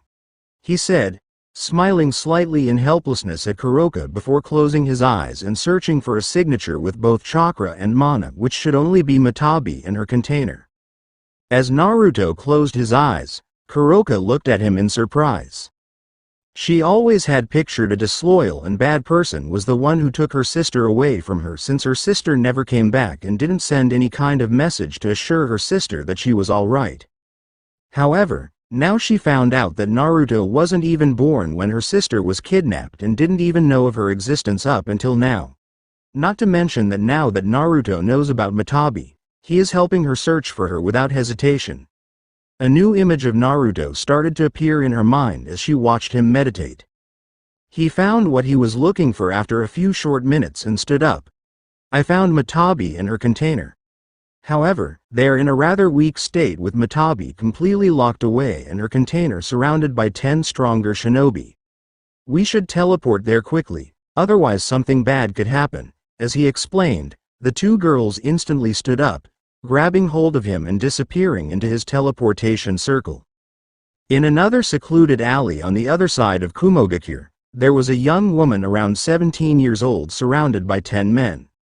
The woman was beautiful even though she looked as if she just came out of a battle. She had long blonde hair that was very messy, a part of it going over her face and the rest laid all over her back. She had blue eyes with a cat-like vertical slit and she had red lipstick on parts of her lips while the other parts were slightly bloody. Her face was round but full of cuts and bruises. She wore a short-sleeved black and purple blouse that struggled to keep her borderline E-cup breasts in check, though the blouse was almost ripped apart, leaving only a small part that covered her big chest. She wore what looked to be black Anbu pants, only that they were cut open all over and her left sleeve was missing from the middle thigh down where there was a rather big, bloody cut. Her black pants, while cut, still looked good on her, complementing her large ass. One of her hands had a purple fingerless glove while the other one was missing it. She wore shinobi sandals and a kunai holster, which was strapped to her right thigh.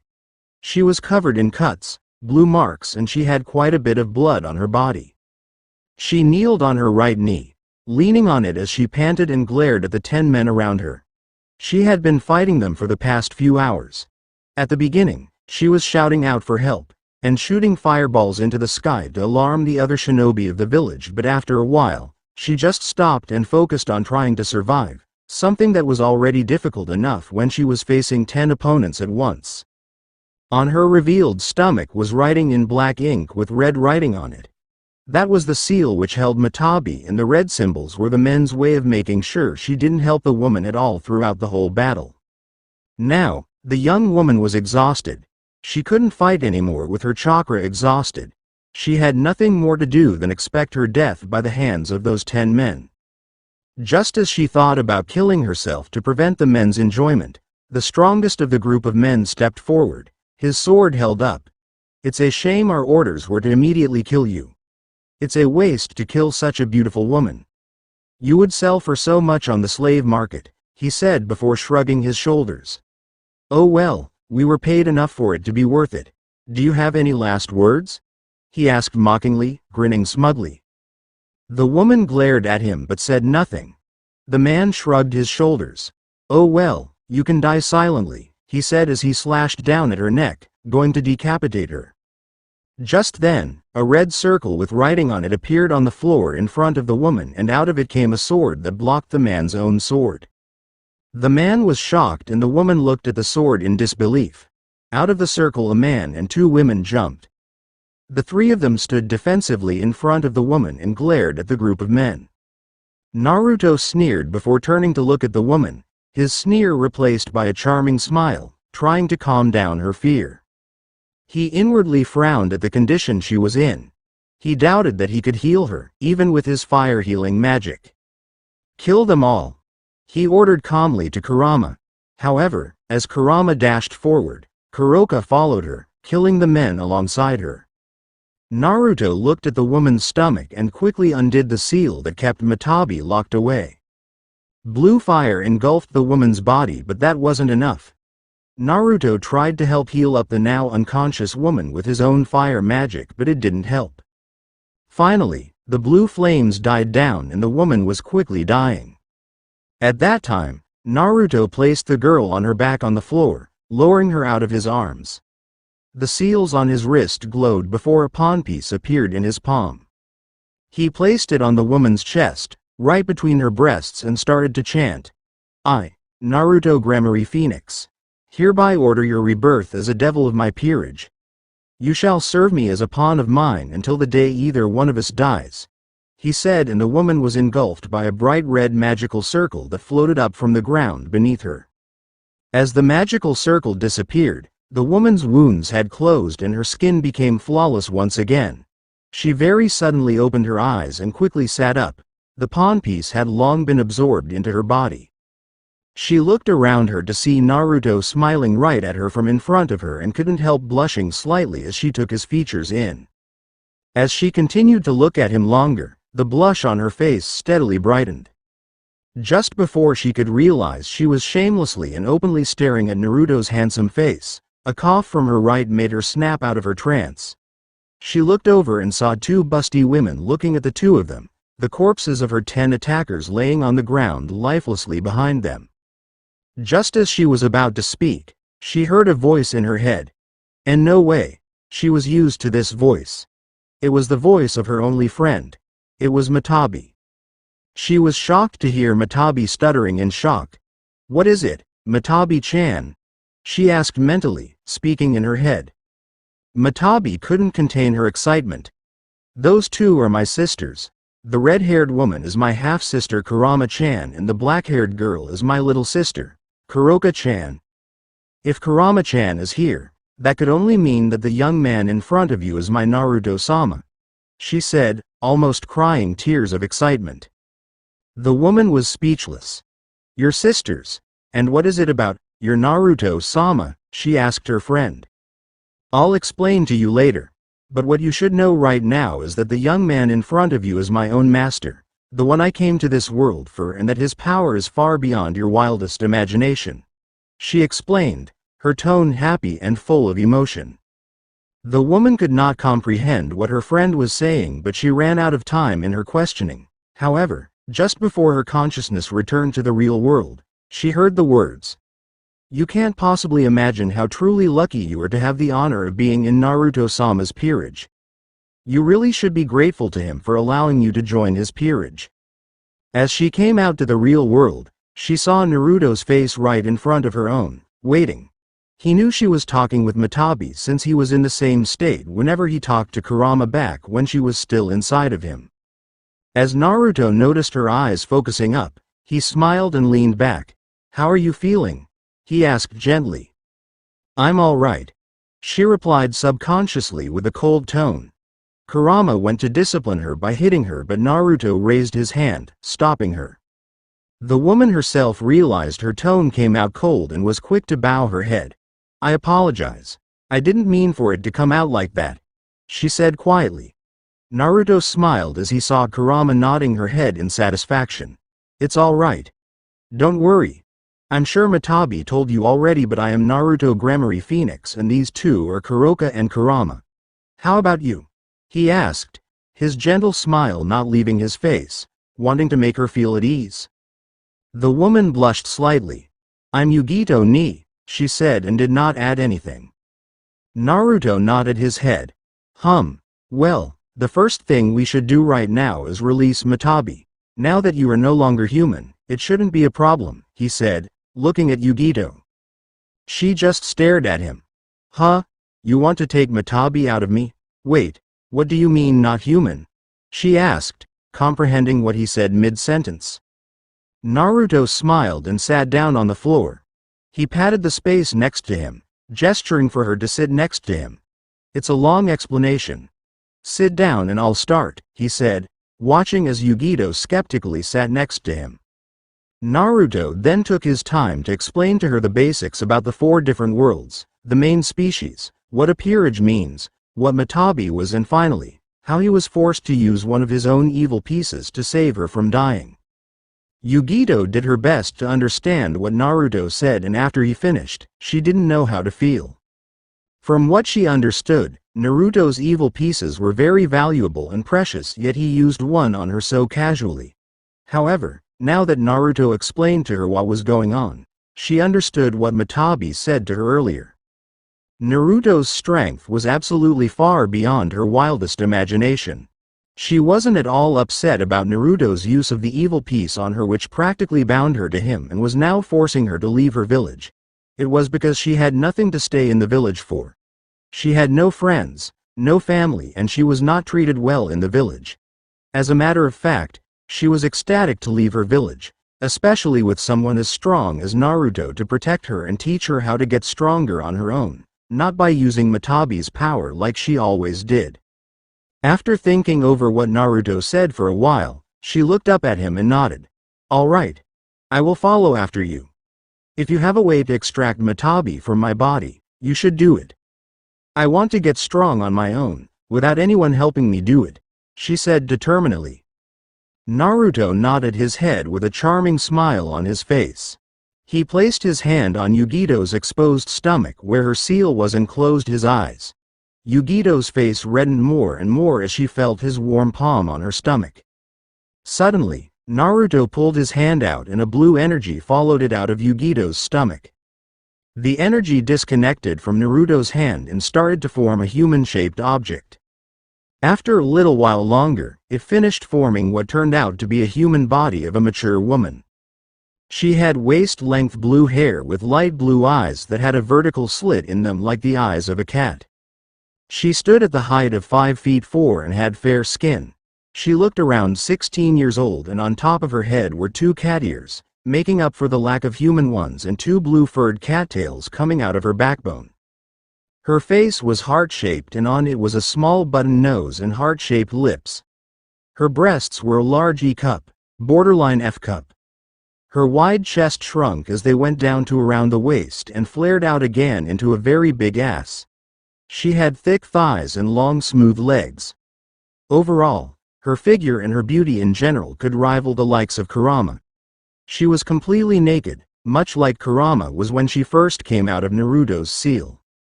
The woman's head suddenly moved and she looked around. She shook her head once before seemingly gaining her memory back. She looked to her right and jumped over at the 2 women standing there. "Kurama-chan. Kuroka-chan. I haven't seen you two in such a long time," she said in total joy. Yugito was still dazed slightly from the extraction, so she couldn't really tell what was going on around her. Kurama and Kuroka hugged their sister's naked form happily, glad to have gotten her back. Naruto simply looked at the 3 with a smile on his face. He was way too used to the sight of a beautiful female body being naked around him, as all of the girls that made a habit out of sleeping with him always slept naked. He couldn't help signing in his mind. Both Rias and Akeno, who he had watched develop over the years, had grown into real beauties, with the potential to rival even Kurama's legendary beauty and body once they fully mature in around a year. The 2 were already almost the same as Kurama in terms of body, with perfectly large and round breasts as well as ass. They only needed to mature their face a little bit and they would be just as perfect as Kurama. Though their not fully matured face wasn't the perfect beauty like Kurama, it added a touch of cuteness that Kurama's natural face didn't have. It was only when Kurama did certain things that she appeared cute, unlike Rias and Akeno's natural cuteness. Naruto was suddenly tackled back, knocking him out of his thoughts and making his back contact the ground. On top of him was Matabi, who had wrapped herself around him and hugged him very tightly. "Naruto-sama. I finally got to meet you. I missed the part where you grew up. Though I have to admit that Minato-sama's handsome looks really transferred to you. You've grown into such a handsome young man," she said cheerfully, planting her lips on his cheek. If Naruto wasn't used to Rias, Kurama and Akeno hugging him with their naked body and kissing him, he probably would have died of blood loss as the busty blue-haired woman pressed herself tightly onto him and kissed his cheek. Naruto only smiled. "Thank you, Matabi-chan. I'm happy to know you like the way I look," he answered simply. Matabi pouted. "Oh, come on, Naruto-sama. Do you not like my body?" she asked, pressing her naked breasts into his chest and giving him a seductive look. Naruto went along with her. "Oh, it's nothing like that, it's just that I'm used to this kind of thing. A kiss on the cheek is not enough to get me interested," he said, smiling teasingly as he sat up and grabbed a firm hold of Matabi's ass before standing up, holding her up with him. The cat woman giggled as she moaned teasingly. "Oh, Naruto-sama, you know how to make a woman want you, don't you?" she asked before leaning forward and planting her lips on his. Naruto was at first surprised since he was only joking with her and never expected her to actually go with it, but he didn't lose his cool and kissed back, taking control of the situation and dominating her mouth with his own. They broke the kiss with a thin trail of saliva stretching between their tongues as they looked at each other, a hungry look in Matabi's eyes as she looked at Naruto's calm expression. She was left panting from Naruto's tongue skills and the rough way he grabbed hold of her ass. Meanwhile, Naruto calmly grinned at her. "You're gonna have to do a lot better than that to match up with Kurama-chan," he said, sneaking a look at Kurama to see her smiling calmly. He winked at her before turning back to look at Matabi only to find her still in a daze, blushing with her mouth slightly open and her eyes clouded. He smiled slightly.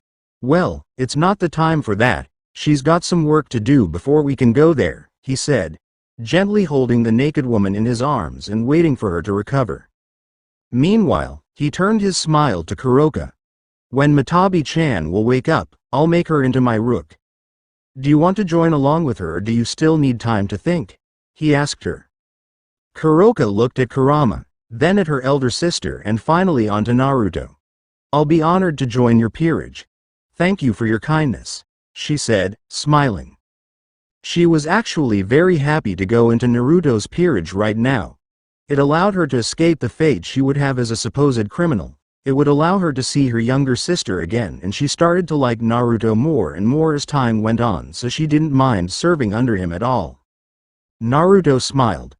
All right. You made a good decision. I promise you'll be treated well, he said kindly. Naruto felt something wet pressing against his neck and turned only to find Matabi kissing his neck hungrily. Naruto grinned down at her as he patted her head. You're not half bad, Matabi-chan. However, you'll need to do a lot more to get me excited, he said, and after seeing her ignoring him, he went for a different approach. Get down and lie on the ground now, he ordered, releasing his domineering masculine aura. Matabi's animalistic instincts screamed at her to obey, and she quickly did as he asked. As she went to lie down on the cold floor, Naruto created a bed of blue flames for her naked body to rest on. So that's how it is. Naruto sighed to himself, seeing the naked blue-haired woman looking up at him excitedly.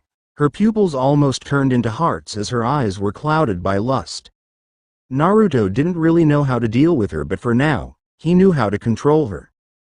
He turned his head to look at Kuroka, who looked to also be slightly affected by the way he handled her sister.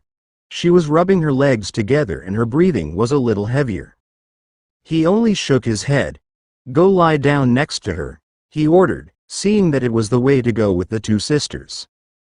Kuroka quickly followed after her sister, lying down next to her on the bed of blue flames. Naruto looked at Yugito. Yugito-chan, would you like to come here and get a closer look at the rebirth of someone as a devil? He asked as the seals on his wrist glowed. Yugito unconsciously nodded her head and walked towards Naruto, her mind slightly clouded from seeing the heated exchange between Naruto and Matabi. She watched as Naruto crouched next to the two girls and placed one of the two rook pieces that appeared out of his wrist seal between Matabi's naked breasts. Then he slipped the other rook piece between Kuroka's covered breasts before standing up. I, Naruto Grammary Phoenix, hereby order you both to be reborn as devils of my peerage. You both are to serve under me and answer whatever order I give you to the best of your ability as my rooks until the day either one of us dies, he said, and the women were engulfed by a bright red magical circle that floated up from under the blue flame bed and over them. The two were swallowed by a red light, and when the light disappeared, the two had two bat wings burning in blue flames sprouting out of their upper back. The two sat up and closed their wings back into their backs. They stood up and bowed towards Naruto. Thank you for bringing us into your peerage, Naruto-sama, they both said together. Naruto smiled and waved them off. No need to thank me or call me that, he said before turning to look at Yugito and Kurama, who were silently standing next to him. All right, girls, we'll be leaving the elemental nations for now. We're gonna go back to the Grammary Estate to report the mission as a success before going over to the overworld for a few months. We have a raiding game in around 3 months to prepare for, and after we're done with that raiding game, we'll be coming back to the elemental nations, Naruto explained. The three UK around appeared to be very excited for the raiding game, while Yugito looked to be confused. Naruto grabbed her hand and pulled her into his chest. Don't worry. We'll explain everything soon enough, he told her gently. Yugito's face was pressed right into Naruto's muscular chest, her cheeks red and her eyes clouded as she inhaled the strong masculine scent Naruto had. Kurama quickly wrapped herself around Naruto's back, her head resting on his shoulder. Kuroka and Matabi understood and joined in, Matabi excitedly throwing herself onto Naruto's chest, her naked chest rubbing up and down his stomach as she nuzzled into his chest. Kuroka just grabbed onto Naruto's hand and pushed it into her chest between her breasts as she rested on his shoulder. Naruto just sighed at the actions of the women around him. A red magical circle appeared under them and they were all swallowed by it, disappearing into thin air and leaving nothing behind. The five appeared inside of Naruto's room in the Gremory estate where Naruto dropped Matabi onto the bed. Kurama-chan, get Matabi-chan some clothes and introduce Yugito-chan and her to Grafia Wanichan. I'll take Kuroka-chan and go talk to Sirzex. Once you're done, bring the two of them to Sirzex's office so I could introduce them as the new members of my peerage, he said, releasing himself from the girls before wrapping his hand around Kuroka's waist and disappearing in another magical circle. Kurama looked at her younger sister and smiled. Come on. Let's go to my closet and get you some clothes, she said, grabbing her sister by the hand and walking off.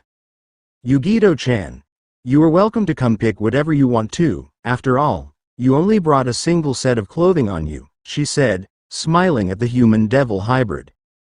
Yugito smiled back and ran after Kurama and Matabi, catching up to them in a few short seconds. As the three girls went towards Kurama's closet, Naruto and Kuroka appeared inside of Sirzex's office out of a red magical circle. At first, Sirzex didn't even rise his head from his paperwork, recognizing Naruto's magical circle. However, as the circle released the people coming in through it, he sensed a powerful and unfamiliar mana coming out of a person. His head instantly shot up and he looked at the forming silhouettes of the two people who were getting out of the teleportation circle. The first person to fully materialize was Naruto, putting Sirzex's heart at ease. However, right next to Naruto appeared a person he never would have thought would stand in his office. Kuroka stood next to Naruto, his arm around her waist and her body leaning on his side. He looked hesitantly at the two of them for a few seconds before clearing his throat. And Naruto-kun? Wah! Sirzex was so confused that he couldn't even form a full question. Naruto laughed. He held Kuroka tightly against his body. Let me introduce you to one of my new rooks. Sirzex, this is Kuroka. Kuroka, this is Sirzex, one of the four Saiyans and my soon-to-be brother-in-law, he said, introducing the two to each other. Sirzex stared at him in disbelief. Are you pranking me again with your transformation technique? He asked suspiciously. Naruto laughed. While that would truly be hilarious, I'm not. This really is Kuroka, and she really is one of my new rooks, he explained. Sirzex slowly nodded. All right, wait, one of your new rooks? He asked in realization. As if on cue, Kurama's blue magical circle appeared on the floor next to Naruto and Kuroka to Naruto's left side. Out of the magical circle came Kurama, who was dressed in her normal outfit with Yugito and Matabi standing to either side of hers. Yugito was wearing a light blue sleeveless shirt with a V cut that revealed her cleavage generously. The shirt was a little loose on her since her chest was not nearly as big as Kurama's, but it was still big enough to look normal on her.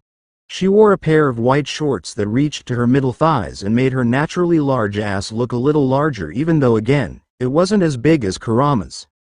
The pants revealed her long, smooth white legs and on her feet she wore light blue sneakers.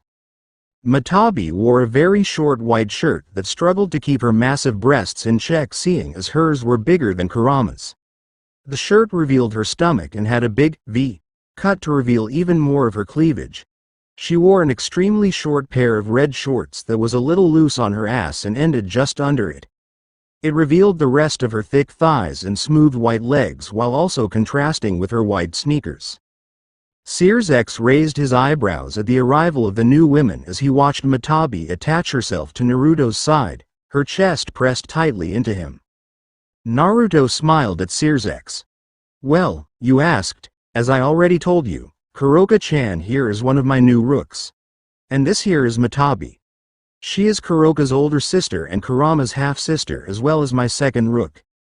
Naruto introduced before motioning for the two other girls to move over and they stepped in front of Naruto.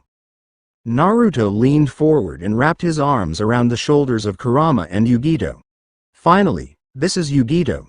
She was a human back in Kumogakure before I turned her into my first and only pawn for the moment, he explained. Sears X could only dumbly nod his head as he looked at the four beautiful women surrounding Naruto. He wasn't upset at seeing the man that was clearly going to marry his little sister so intimate around other women simply because it was very common for a male devil to take multiple women for himself. Actually, he himself was the oddity for taking only a single woman in as his own instead of multiple. Naruto grinned. Oh yeah. Matabi-chan, Yugito-chan, this is Sears X. He is one of the four Satans and my soon-to-be brother-in-law, he said to them. Then he went on to explain what happened in the mission, the girls joining occasionally if they had anything important to add. Once they were done, Sears X nodded his head in satisfaction. You once again blew away my expectations, Naruto-kun. Very well done. You are now free to take your peerage and go over to the overworld where you'll stay with my little sister until your rating match against Riser. Sears X was about to go ahead and continue speaking but Naruto cut him off. I have decided to go back to Konoha for a while after I'm done with my rating game against Riser. There is something personal and very important for me to do there and it's not up for debate, he said, his voice totally serious. Sears X was slightly taken aback but he nodded nonetheless. All right. You are free to do as you wish, he said simply, waving his hand and dismissing the five of them. The five left the room and went towards Naruto's bedroom. We'll be leaving for the overworld tomorrow morning so we'll stay here for tonight. I believe my bed is big enough for all of us, as long as you girls don't mind, he said and got no negative response. Matabi instantly jumped onto the bed with her arms spread open. Come on Naruto-sama. I'll make sure you'll stay warm all night long, she said, grinning as she removed her clothes as fast as she could. Naruto could only chuckle as he laid down on the bed. The next moment, he found a naked Kurama and an equally naked Matabi to his sides, Kurama smiling confidently and Matabi grinning pervertedly. Kuroka soon followed and laid right next to her half-sister, just as naked as her and shyly placed her head on Naruto's covered abs. Yugito was last and she mimicked Kuroka only going to Naruto's other side. Naruto looked at the four beautiful and naked girls sleeping around him and chuckled. Any other man would have paid 100 years of his life to be in my position right now. Naruto cursed in his heart as his eyes were mercilessly attacked by the sun shining through the window of his room in the Gramarye estate. With a groan, his eye opened. He took a few moments to allow his eyes to adjust to the light before taking in the sight around him. Naruto couldn't help breaking into a massive grin as he watched the four beautiful naked women sleeping on top of him. He slowly sat up, his hands tightly holding onto Kurama and Matabi's massive breasts, helping them sit up next to him, their heads still resting on his shoulders as they unconsciously moaned, absolutely loving the sensation of his experienced hands working over their breasts. All the times in the past he had done that to Rias, Akeno, Kurama, Tsubaki and even Sona, clearly showing in the skill he had. Kurama's eyes slowly opened, her lovely face smiling pleasantly as she saw her love first thing in the morning. Matabi took a little more time to wake up, opening her eyes and taking some time to remember where she was. After coming back to her senses, Matabi looked at Naruto hungrily as she released a throaty moan from his handling of her breast. She leaned over and kissed his neck, lowering herself and trailing kisses over his collarbone before giving a long lick onto his chest. Good morning Naruto-sama, she purred seductively. Naruto smiled at the two women, taking his time kissing Kurama first before he grabbed Matabi by her chin and placed his lips onto her own, his tongue quickly entering her mouth and violating her, Matabi moaning in bliss into his mouth. They separated after a few seconds, Naruto releasing the breasts of the two women. He leaned down and caressed Yugito's cheek, squeezing onto Kuroka's big breasts with his powerful arm. Kuroka's eyes quickly shot wide open as she felt the powerful grip around her breasts. "Nya," she moaned, her pussy gushing juices as she felt the pleasure coming out of her breasts. She blushed heavily as she heard herself moaning shamelessly like some cat in heat. Yugito's eyes slowly opened as she heard the moan released by Kuroka, She found Naruto's warm hand rubbing her cheek and blushed massively.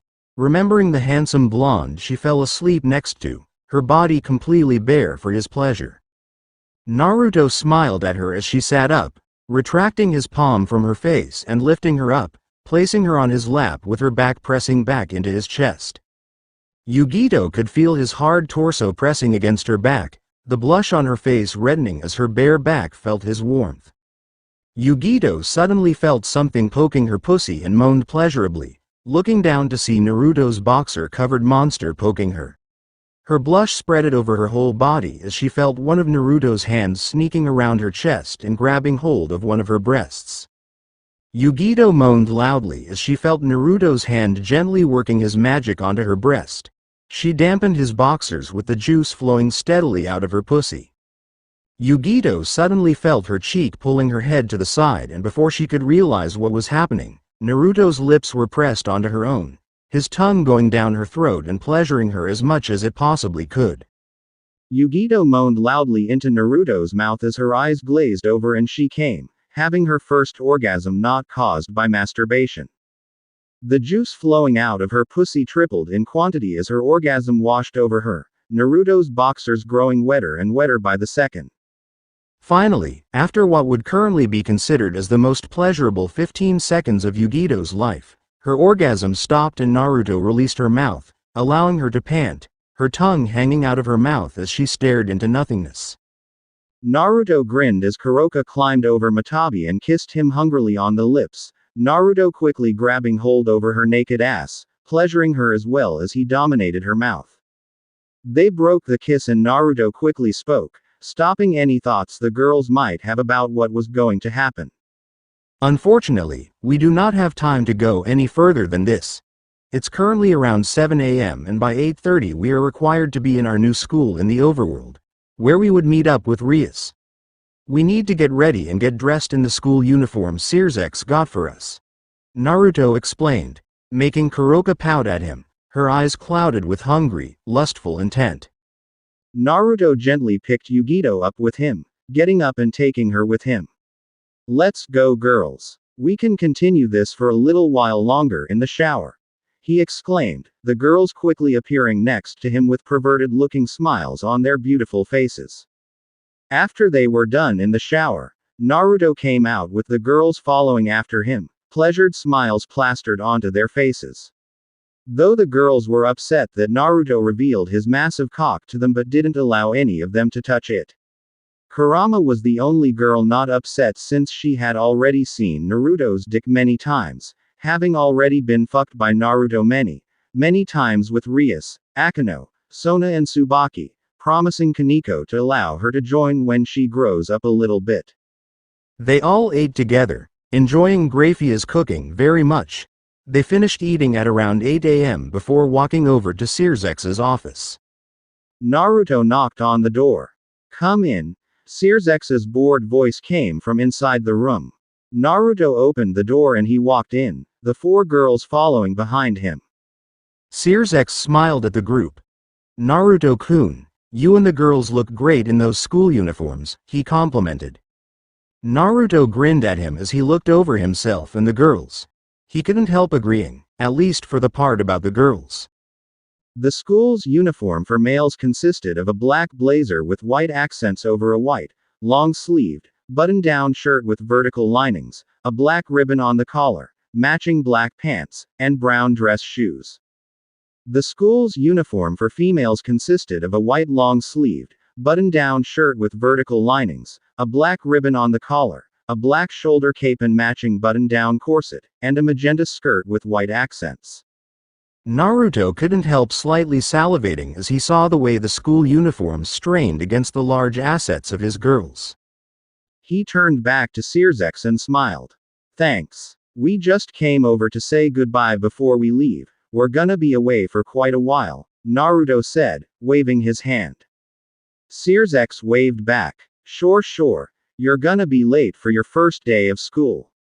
Get going, he said, going back to his paperwork.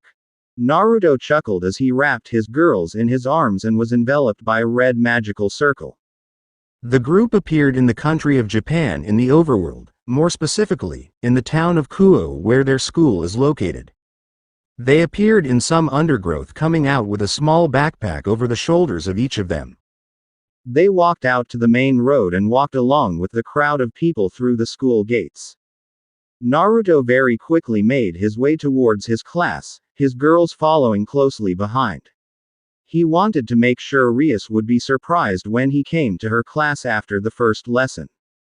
He asked some girl that walked next to them where was class 3B since she was looking at him unblinkingly and he thought she wanted to know from which class he was. She blushed and stuttered for a little while, explaining to Naruto how to get there.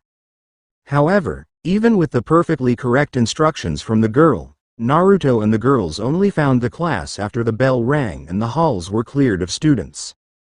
They easily found the class after the halls were cleared, knocking on the door. "Come in," came a sweet and naturally sexy female voice. Naruto opened the door to the classroom by sliding it to the side and walked in, the girls following behind him. As he walked in, he noticed all of the students seated behind a table and a more mature woman standing in the front of the class, guessing her to be his new homeroom teacher. The teacher was a tall and buxom woman with brown eyes and long, navy blue hair that obscured her right eye. Her attire consisted of a maroon, trench coat-like top with a wide collar, a matching miniskirt, and black-heeled shoes. The trench coat top was open at her chest, giving view to her massive G-cup breasts and cleavage. At the same time, her miniskirt strained against her ass as if the massive cheeks were going to tear through it and pop straight out. She also wore a gold necklace around her neck. Naruto sent a charming smile that seemed to affect the super hot teacher, making her blush slightly. "Hello. I assume you are the homeroom teacher of this class, correct?" Naruto asked, his smile remaining in place. She nodded her head in a daze. "Why yes, I am." She shook her head and cleared her mind before smiling at him, her smile making her face even more beautiful. "You 5 must be our new students, right?" she asked and Naruto nodded. "Yes, we are," he replied. The woman nodded her head as she walked next to Naruto. "All right class, we have new students for today," she said, gaining the full attention of the class. She turned to Naruto and his group before placing a hand between her massive breasts on her chest. "I am Kalawarna, homeroom teacher of class 3B. How about you introduce yourselves?" she asked warmly.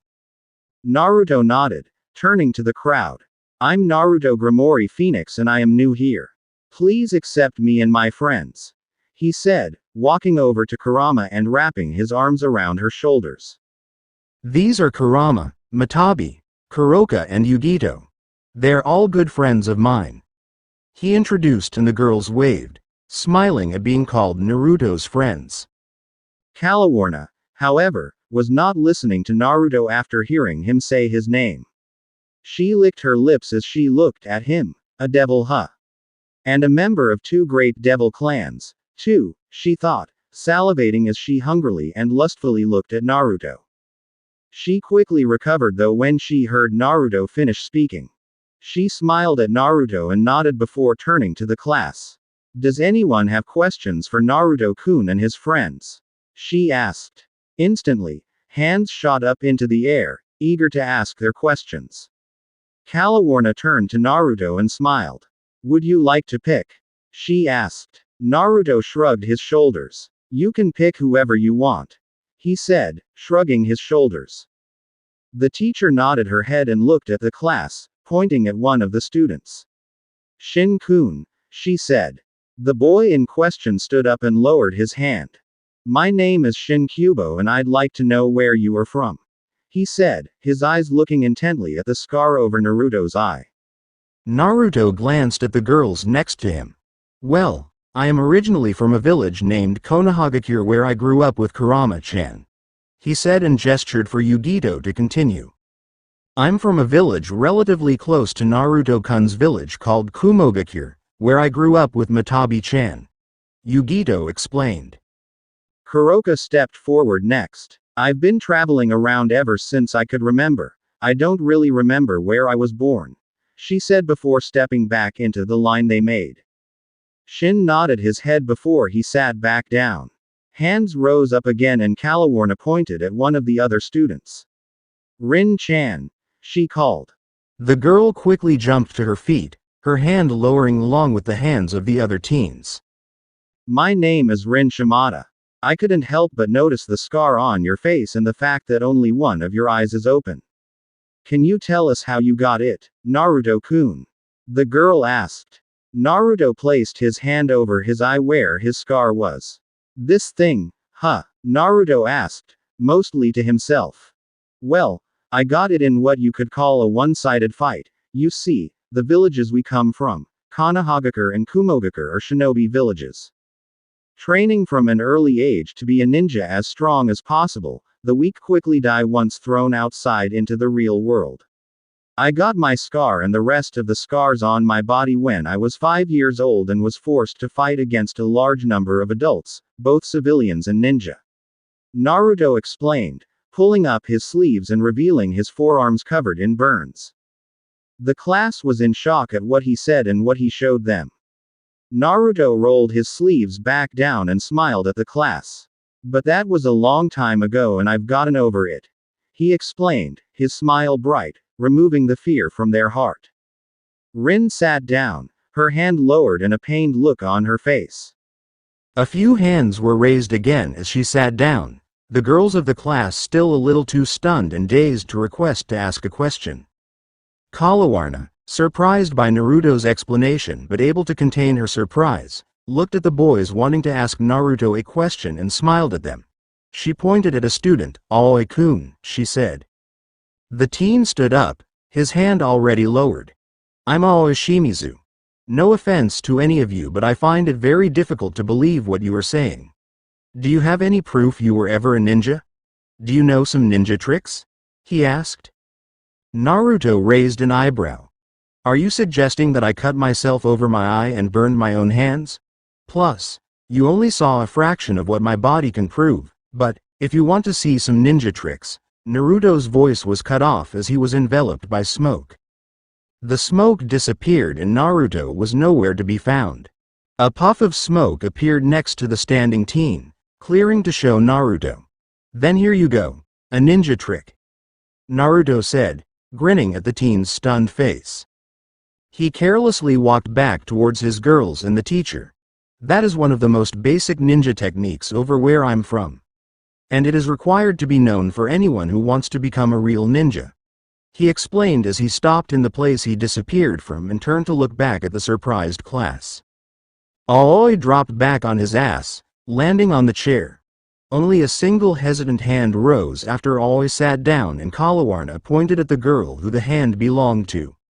Aiko-chan, she called. The girl stood up and looked shyly at Naruto. My name is Aiko Iwata. Why did you leave your village if you were good at being a ninja? She asked him. Naruto put a hand to his chin in thought.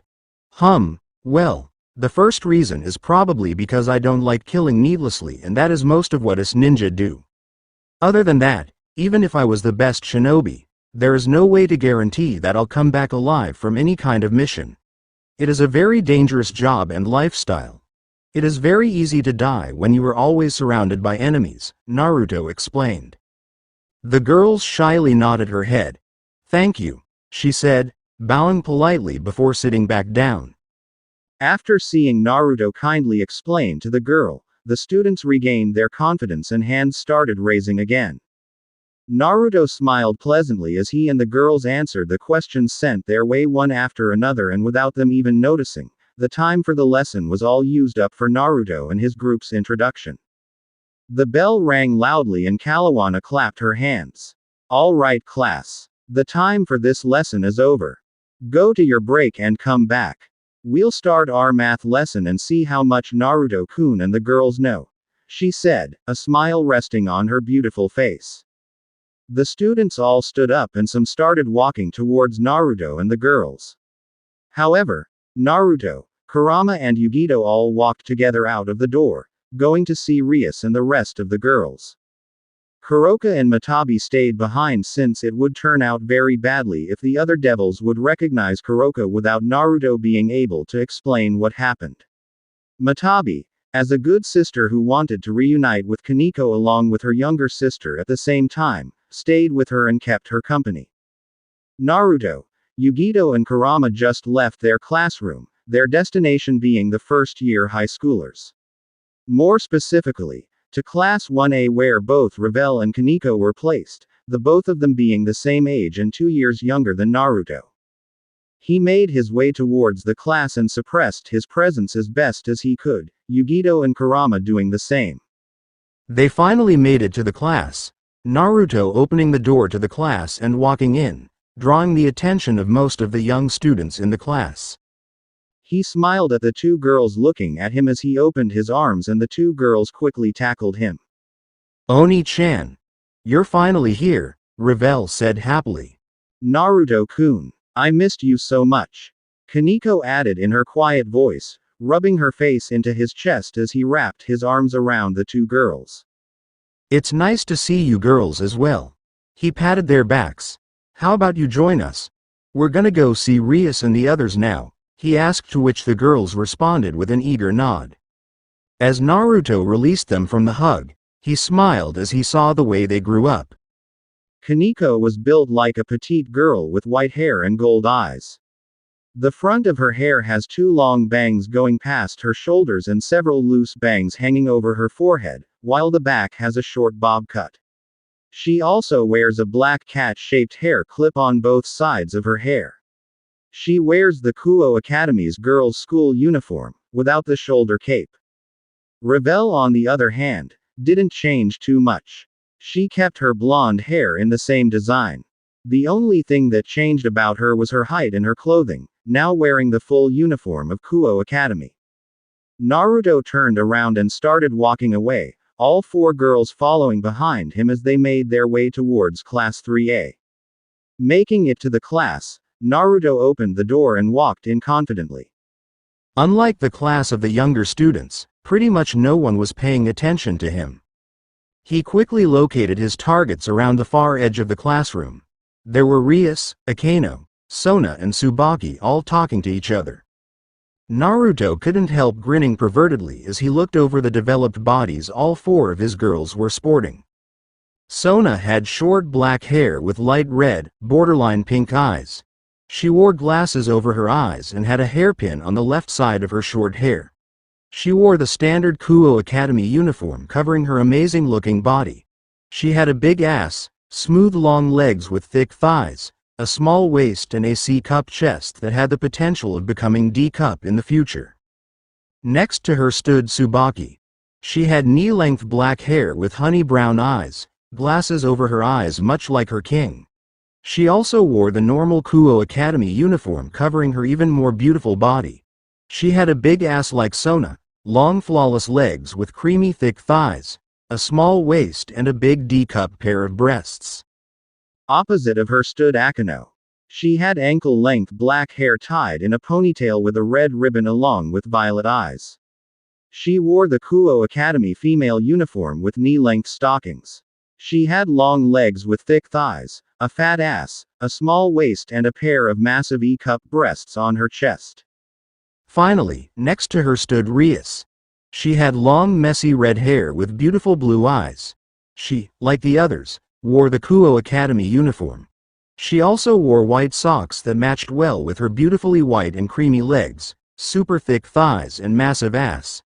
She had a narrow waist and a massive bust of at least an E-cup, around the same size as Akeno, maybe a little bit smaller.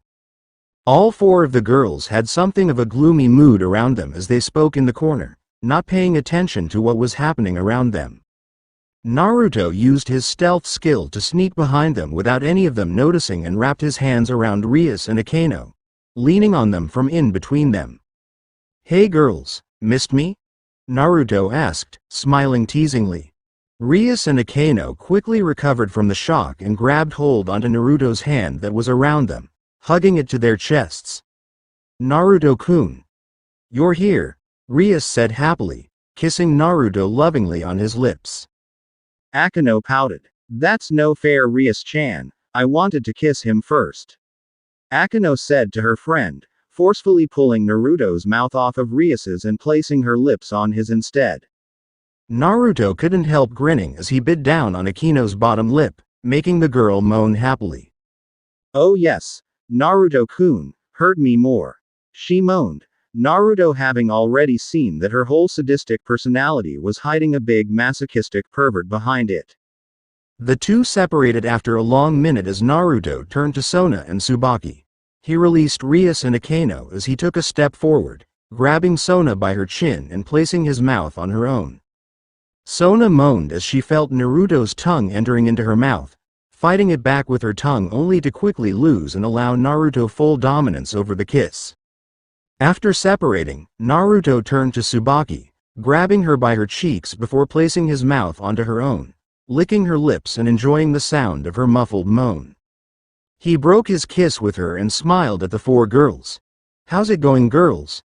You found anything interesting around here?" he asked, standing between Rias and Akino. Rias nodded. "Yeah, I've got a new member to my peerage. Also, I have found something interesting. I'll talk to you about it later," she said. Naruto nodded. "What about you?" Rias asked. "How was your mission?" Akino added. Naruto smiled. "It was good. I've got 3 new members to my peerage, 1 here and the other 2 back in my class. But I'll introduce them to you all later after school. It won't end well if you'll meet them now," he explained, gesturing towards Yugito behind him. He walked over to Kaneko.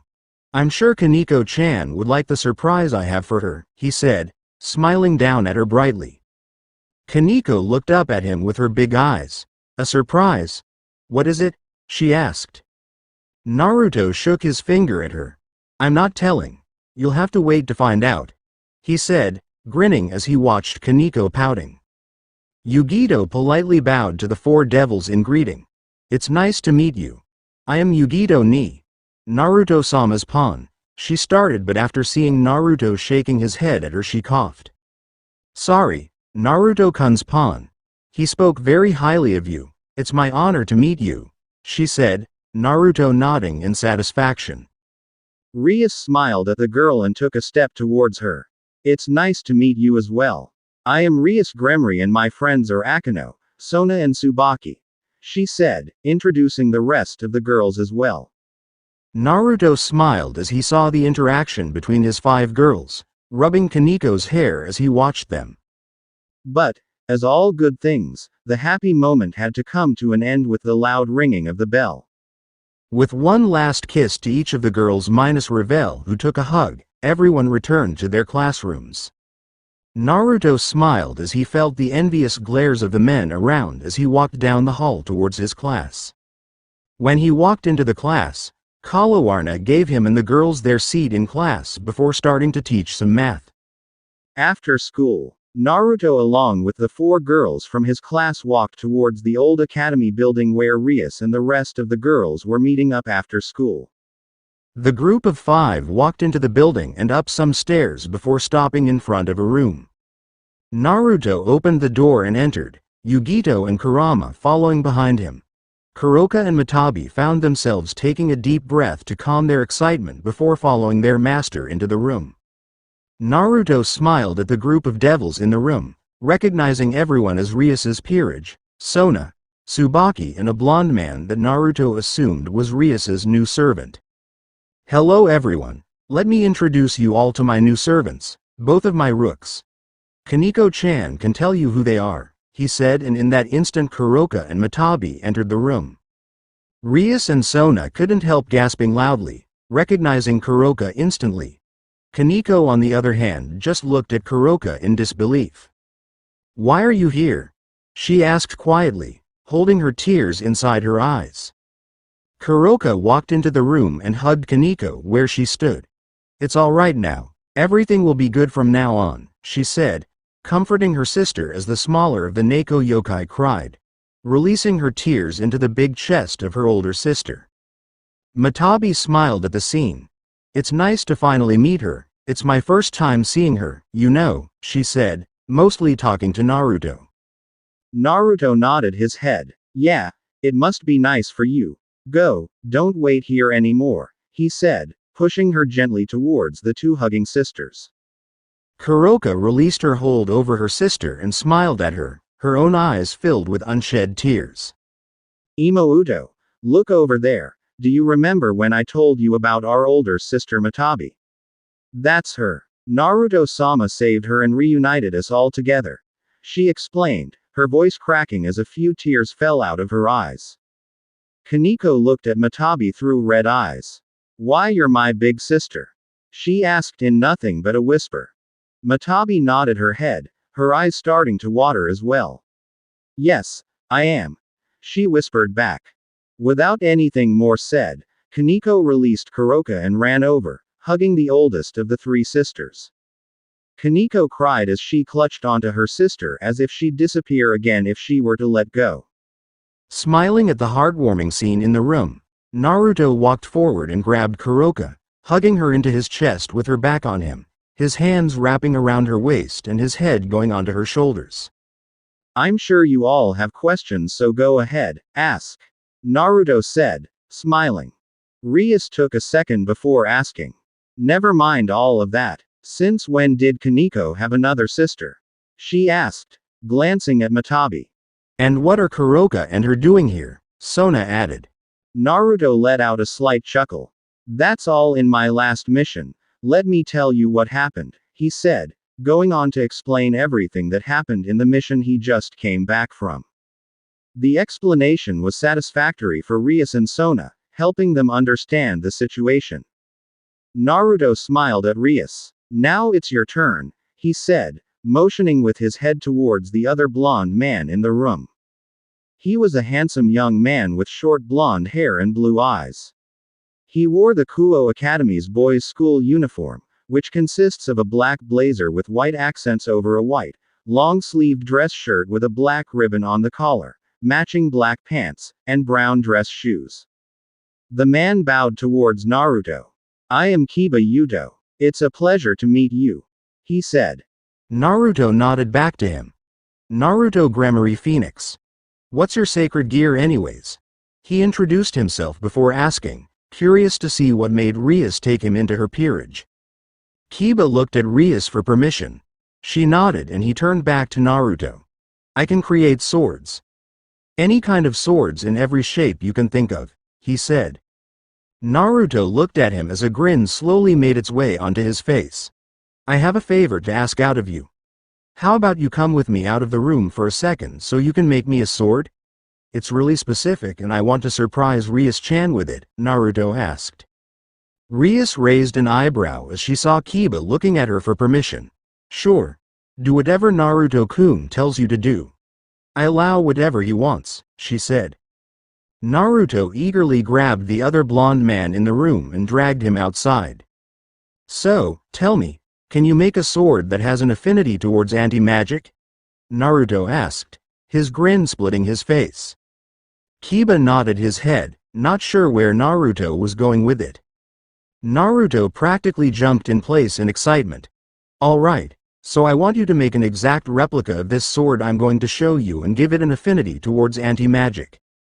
Naruto explained, showing him a picture he always carried on him of his favorite anime character Asta with his first sword, the Demon Slayer sword. Kiba nodded his head as he saw the sword. I can do it, he said simply, closing his eyes and focusing. A few seconds later a sword came out of the ground in front of Naruto, looking exactly like the Demon Slayer sword from Black Clover. Naruto's eyes shone as he grabbed the sword with his bare hands. Nothing happening, because of the lack of anti-magic in the sword. Naruto quickly placed the sword on the ground and pulled out his brush and a container of ink. He started writing all over the sword and the hilt, covering the sword with writing. Now let's see, he said, picking the sword back up and the seals disappearing into the sword.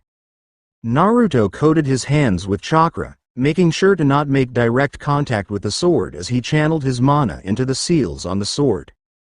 The sword instantly lit up in a black aura, making Naruto grin like a child in a candy store. It works.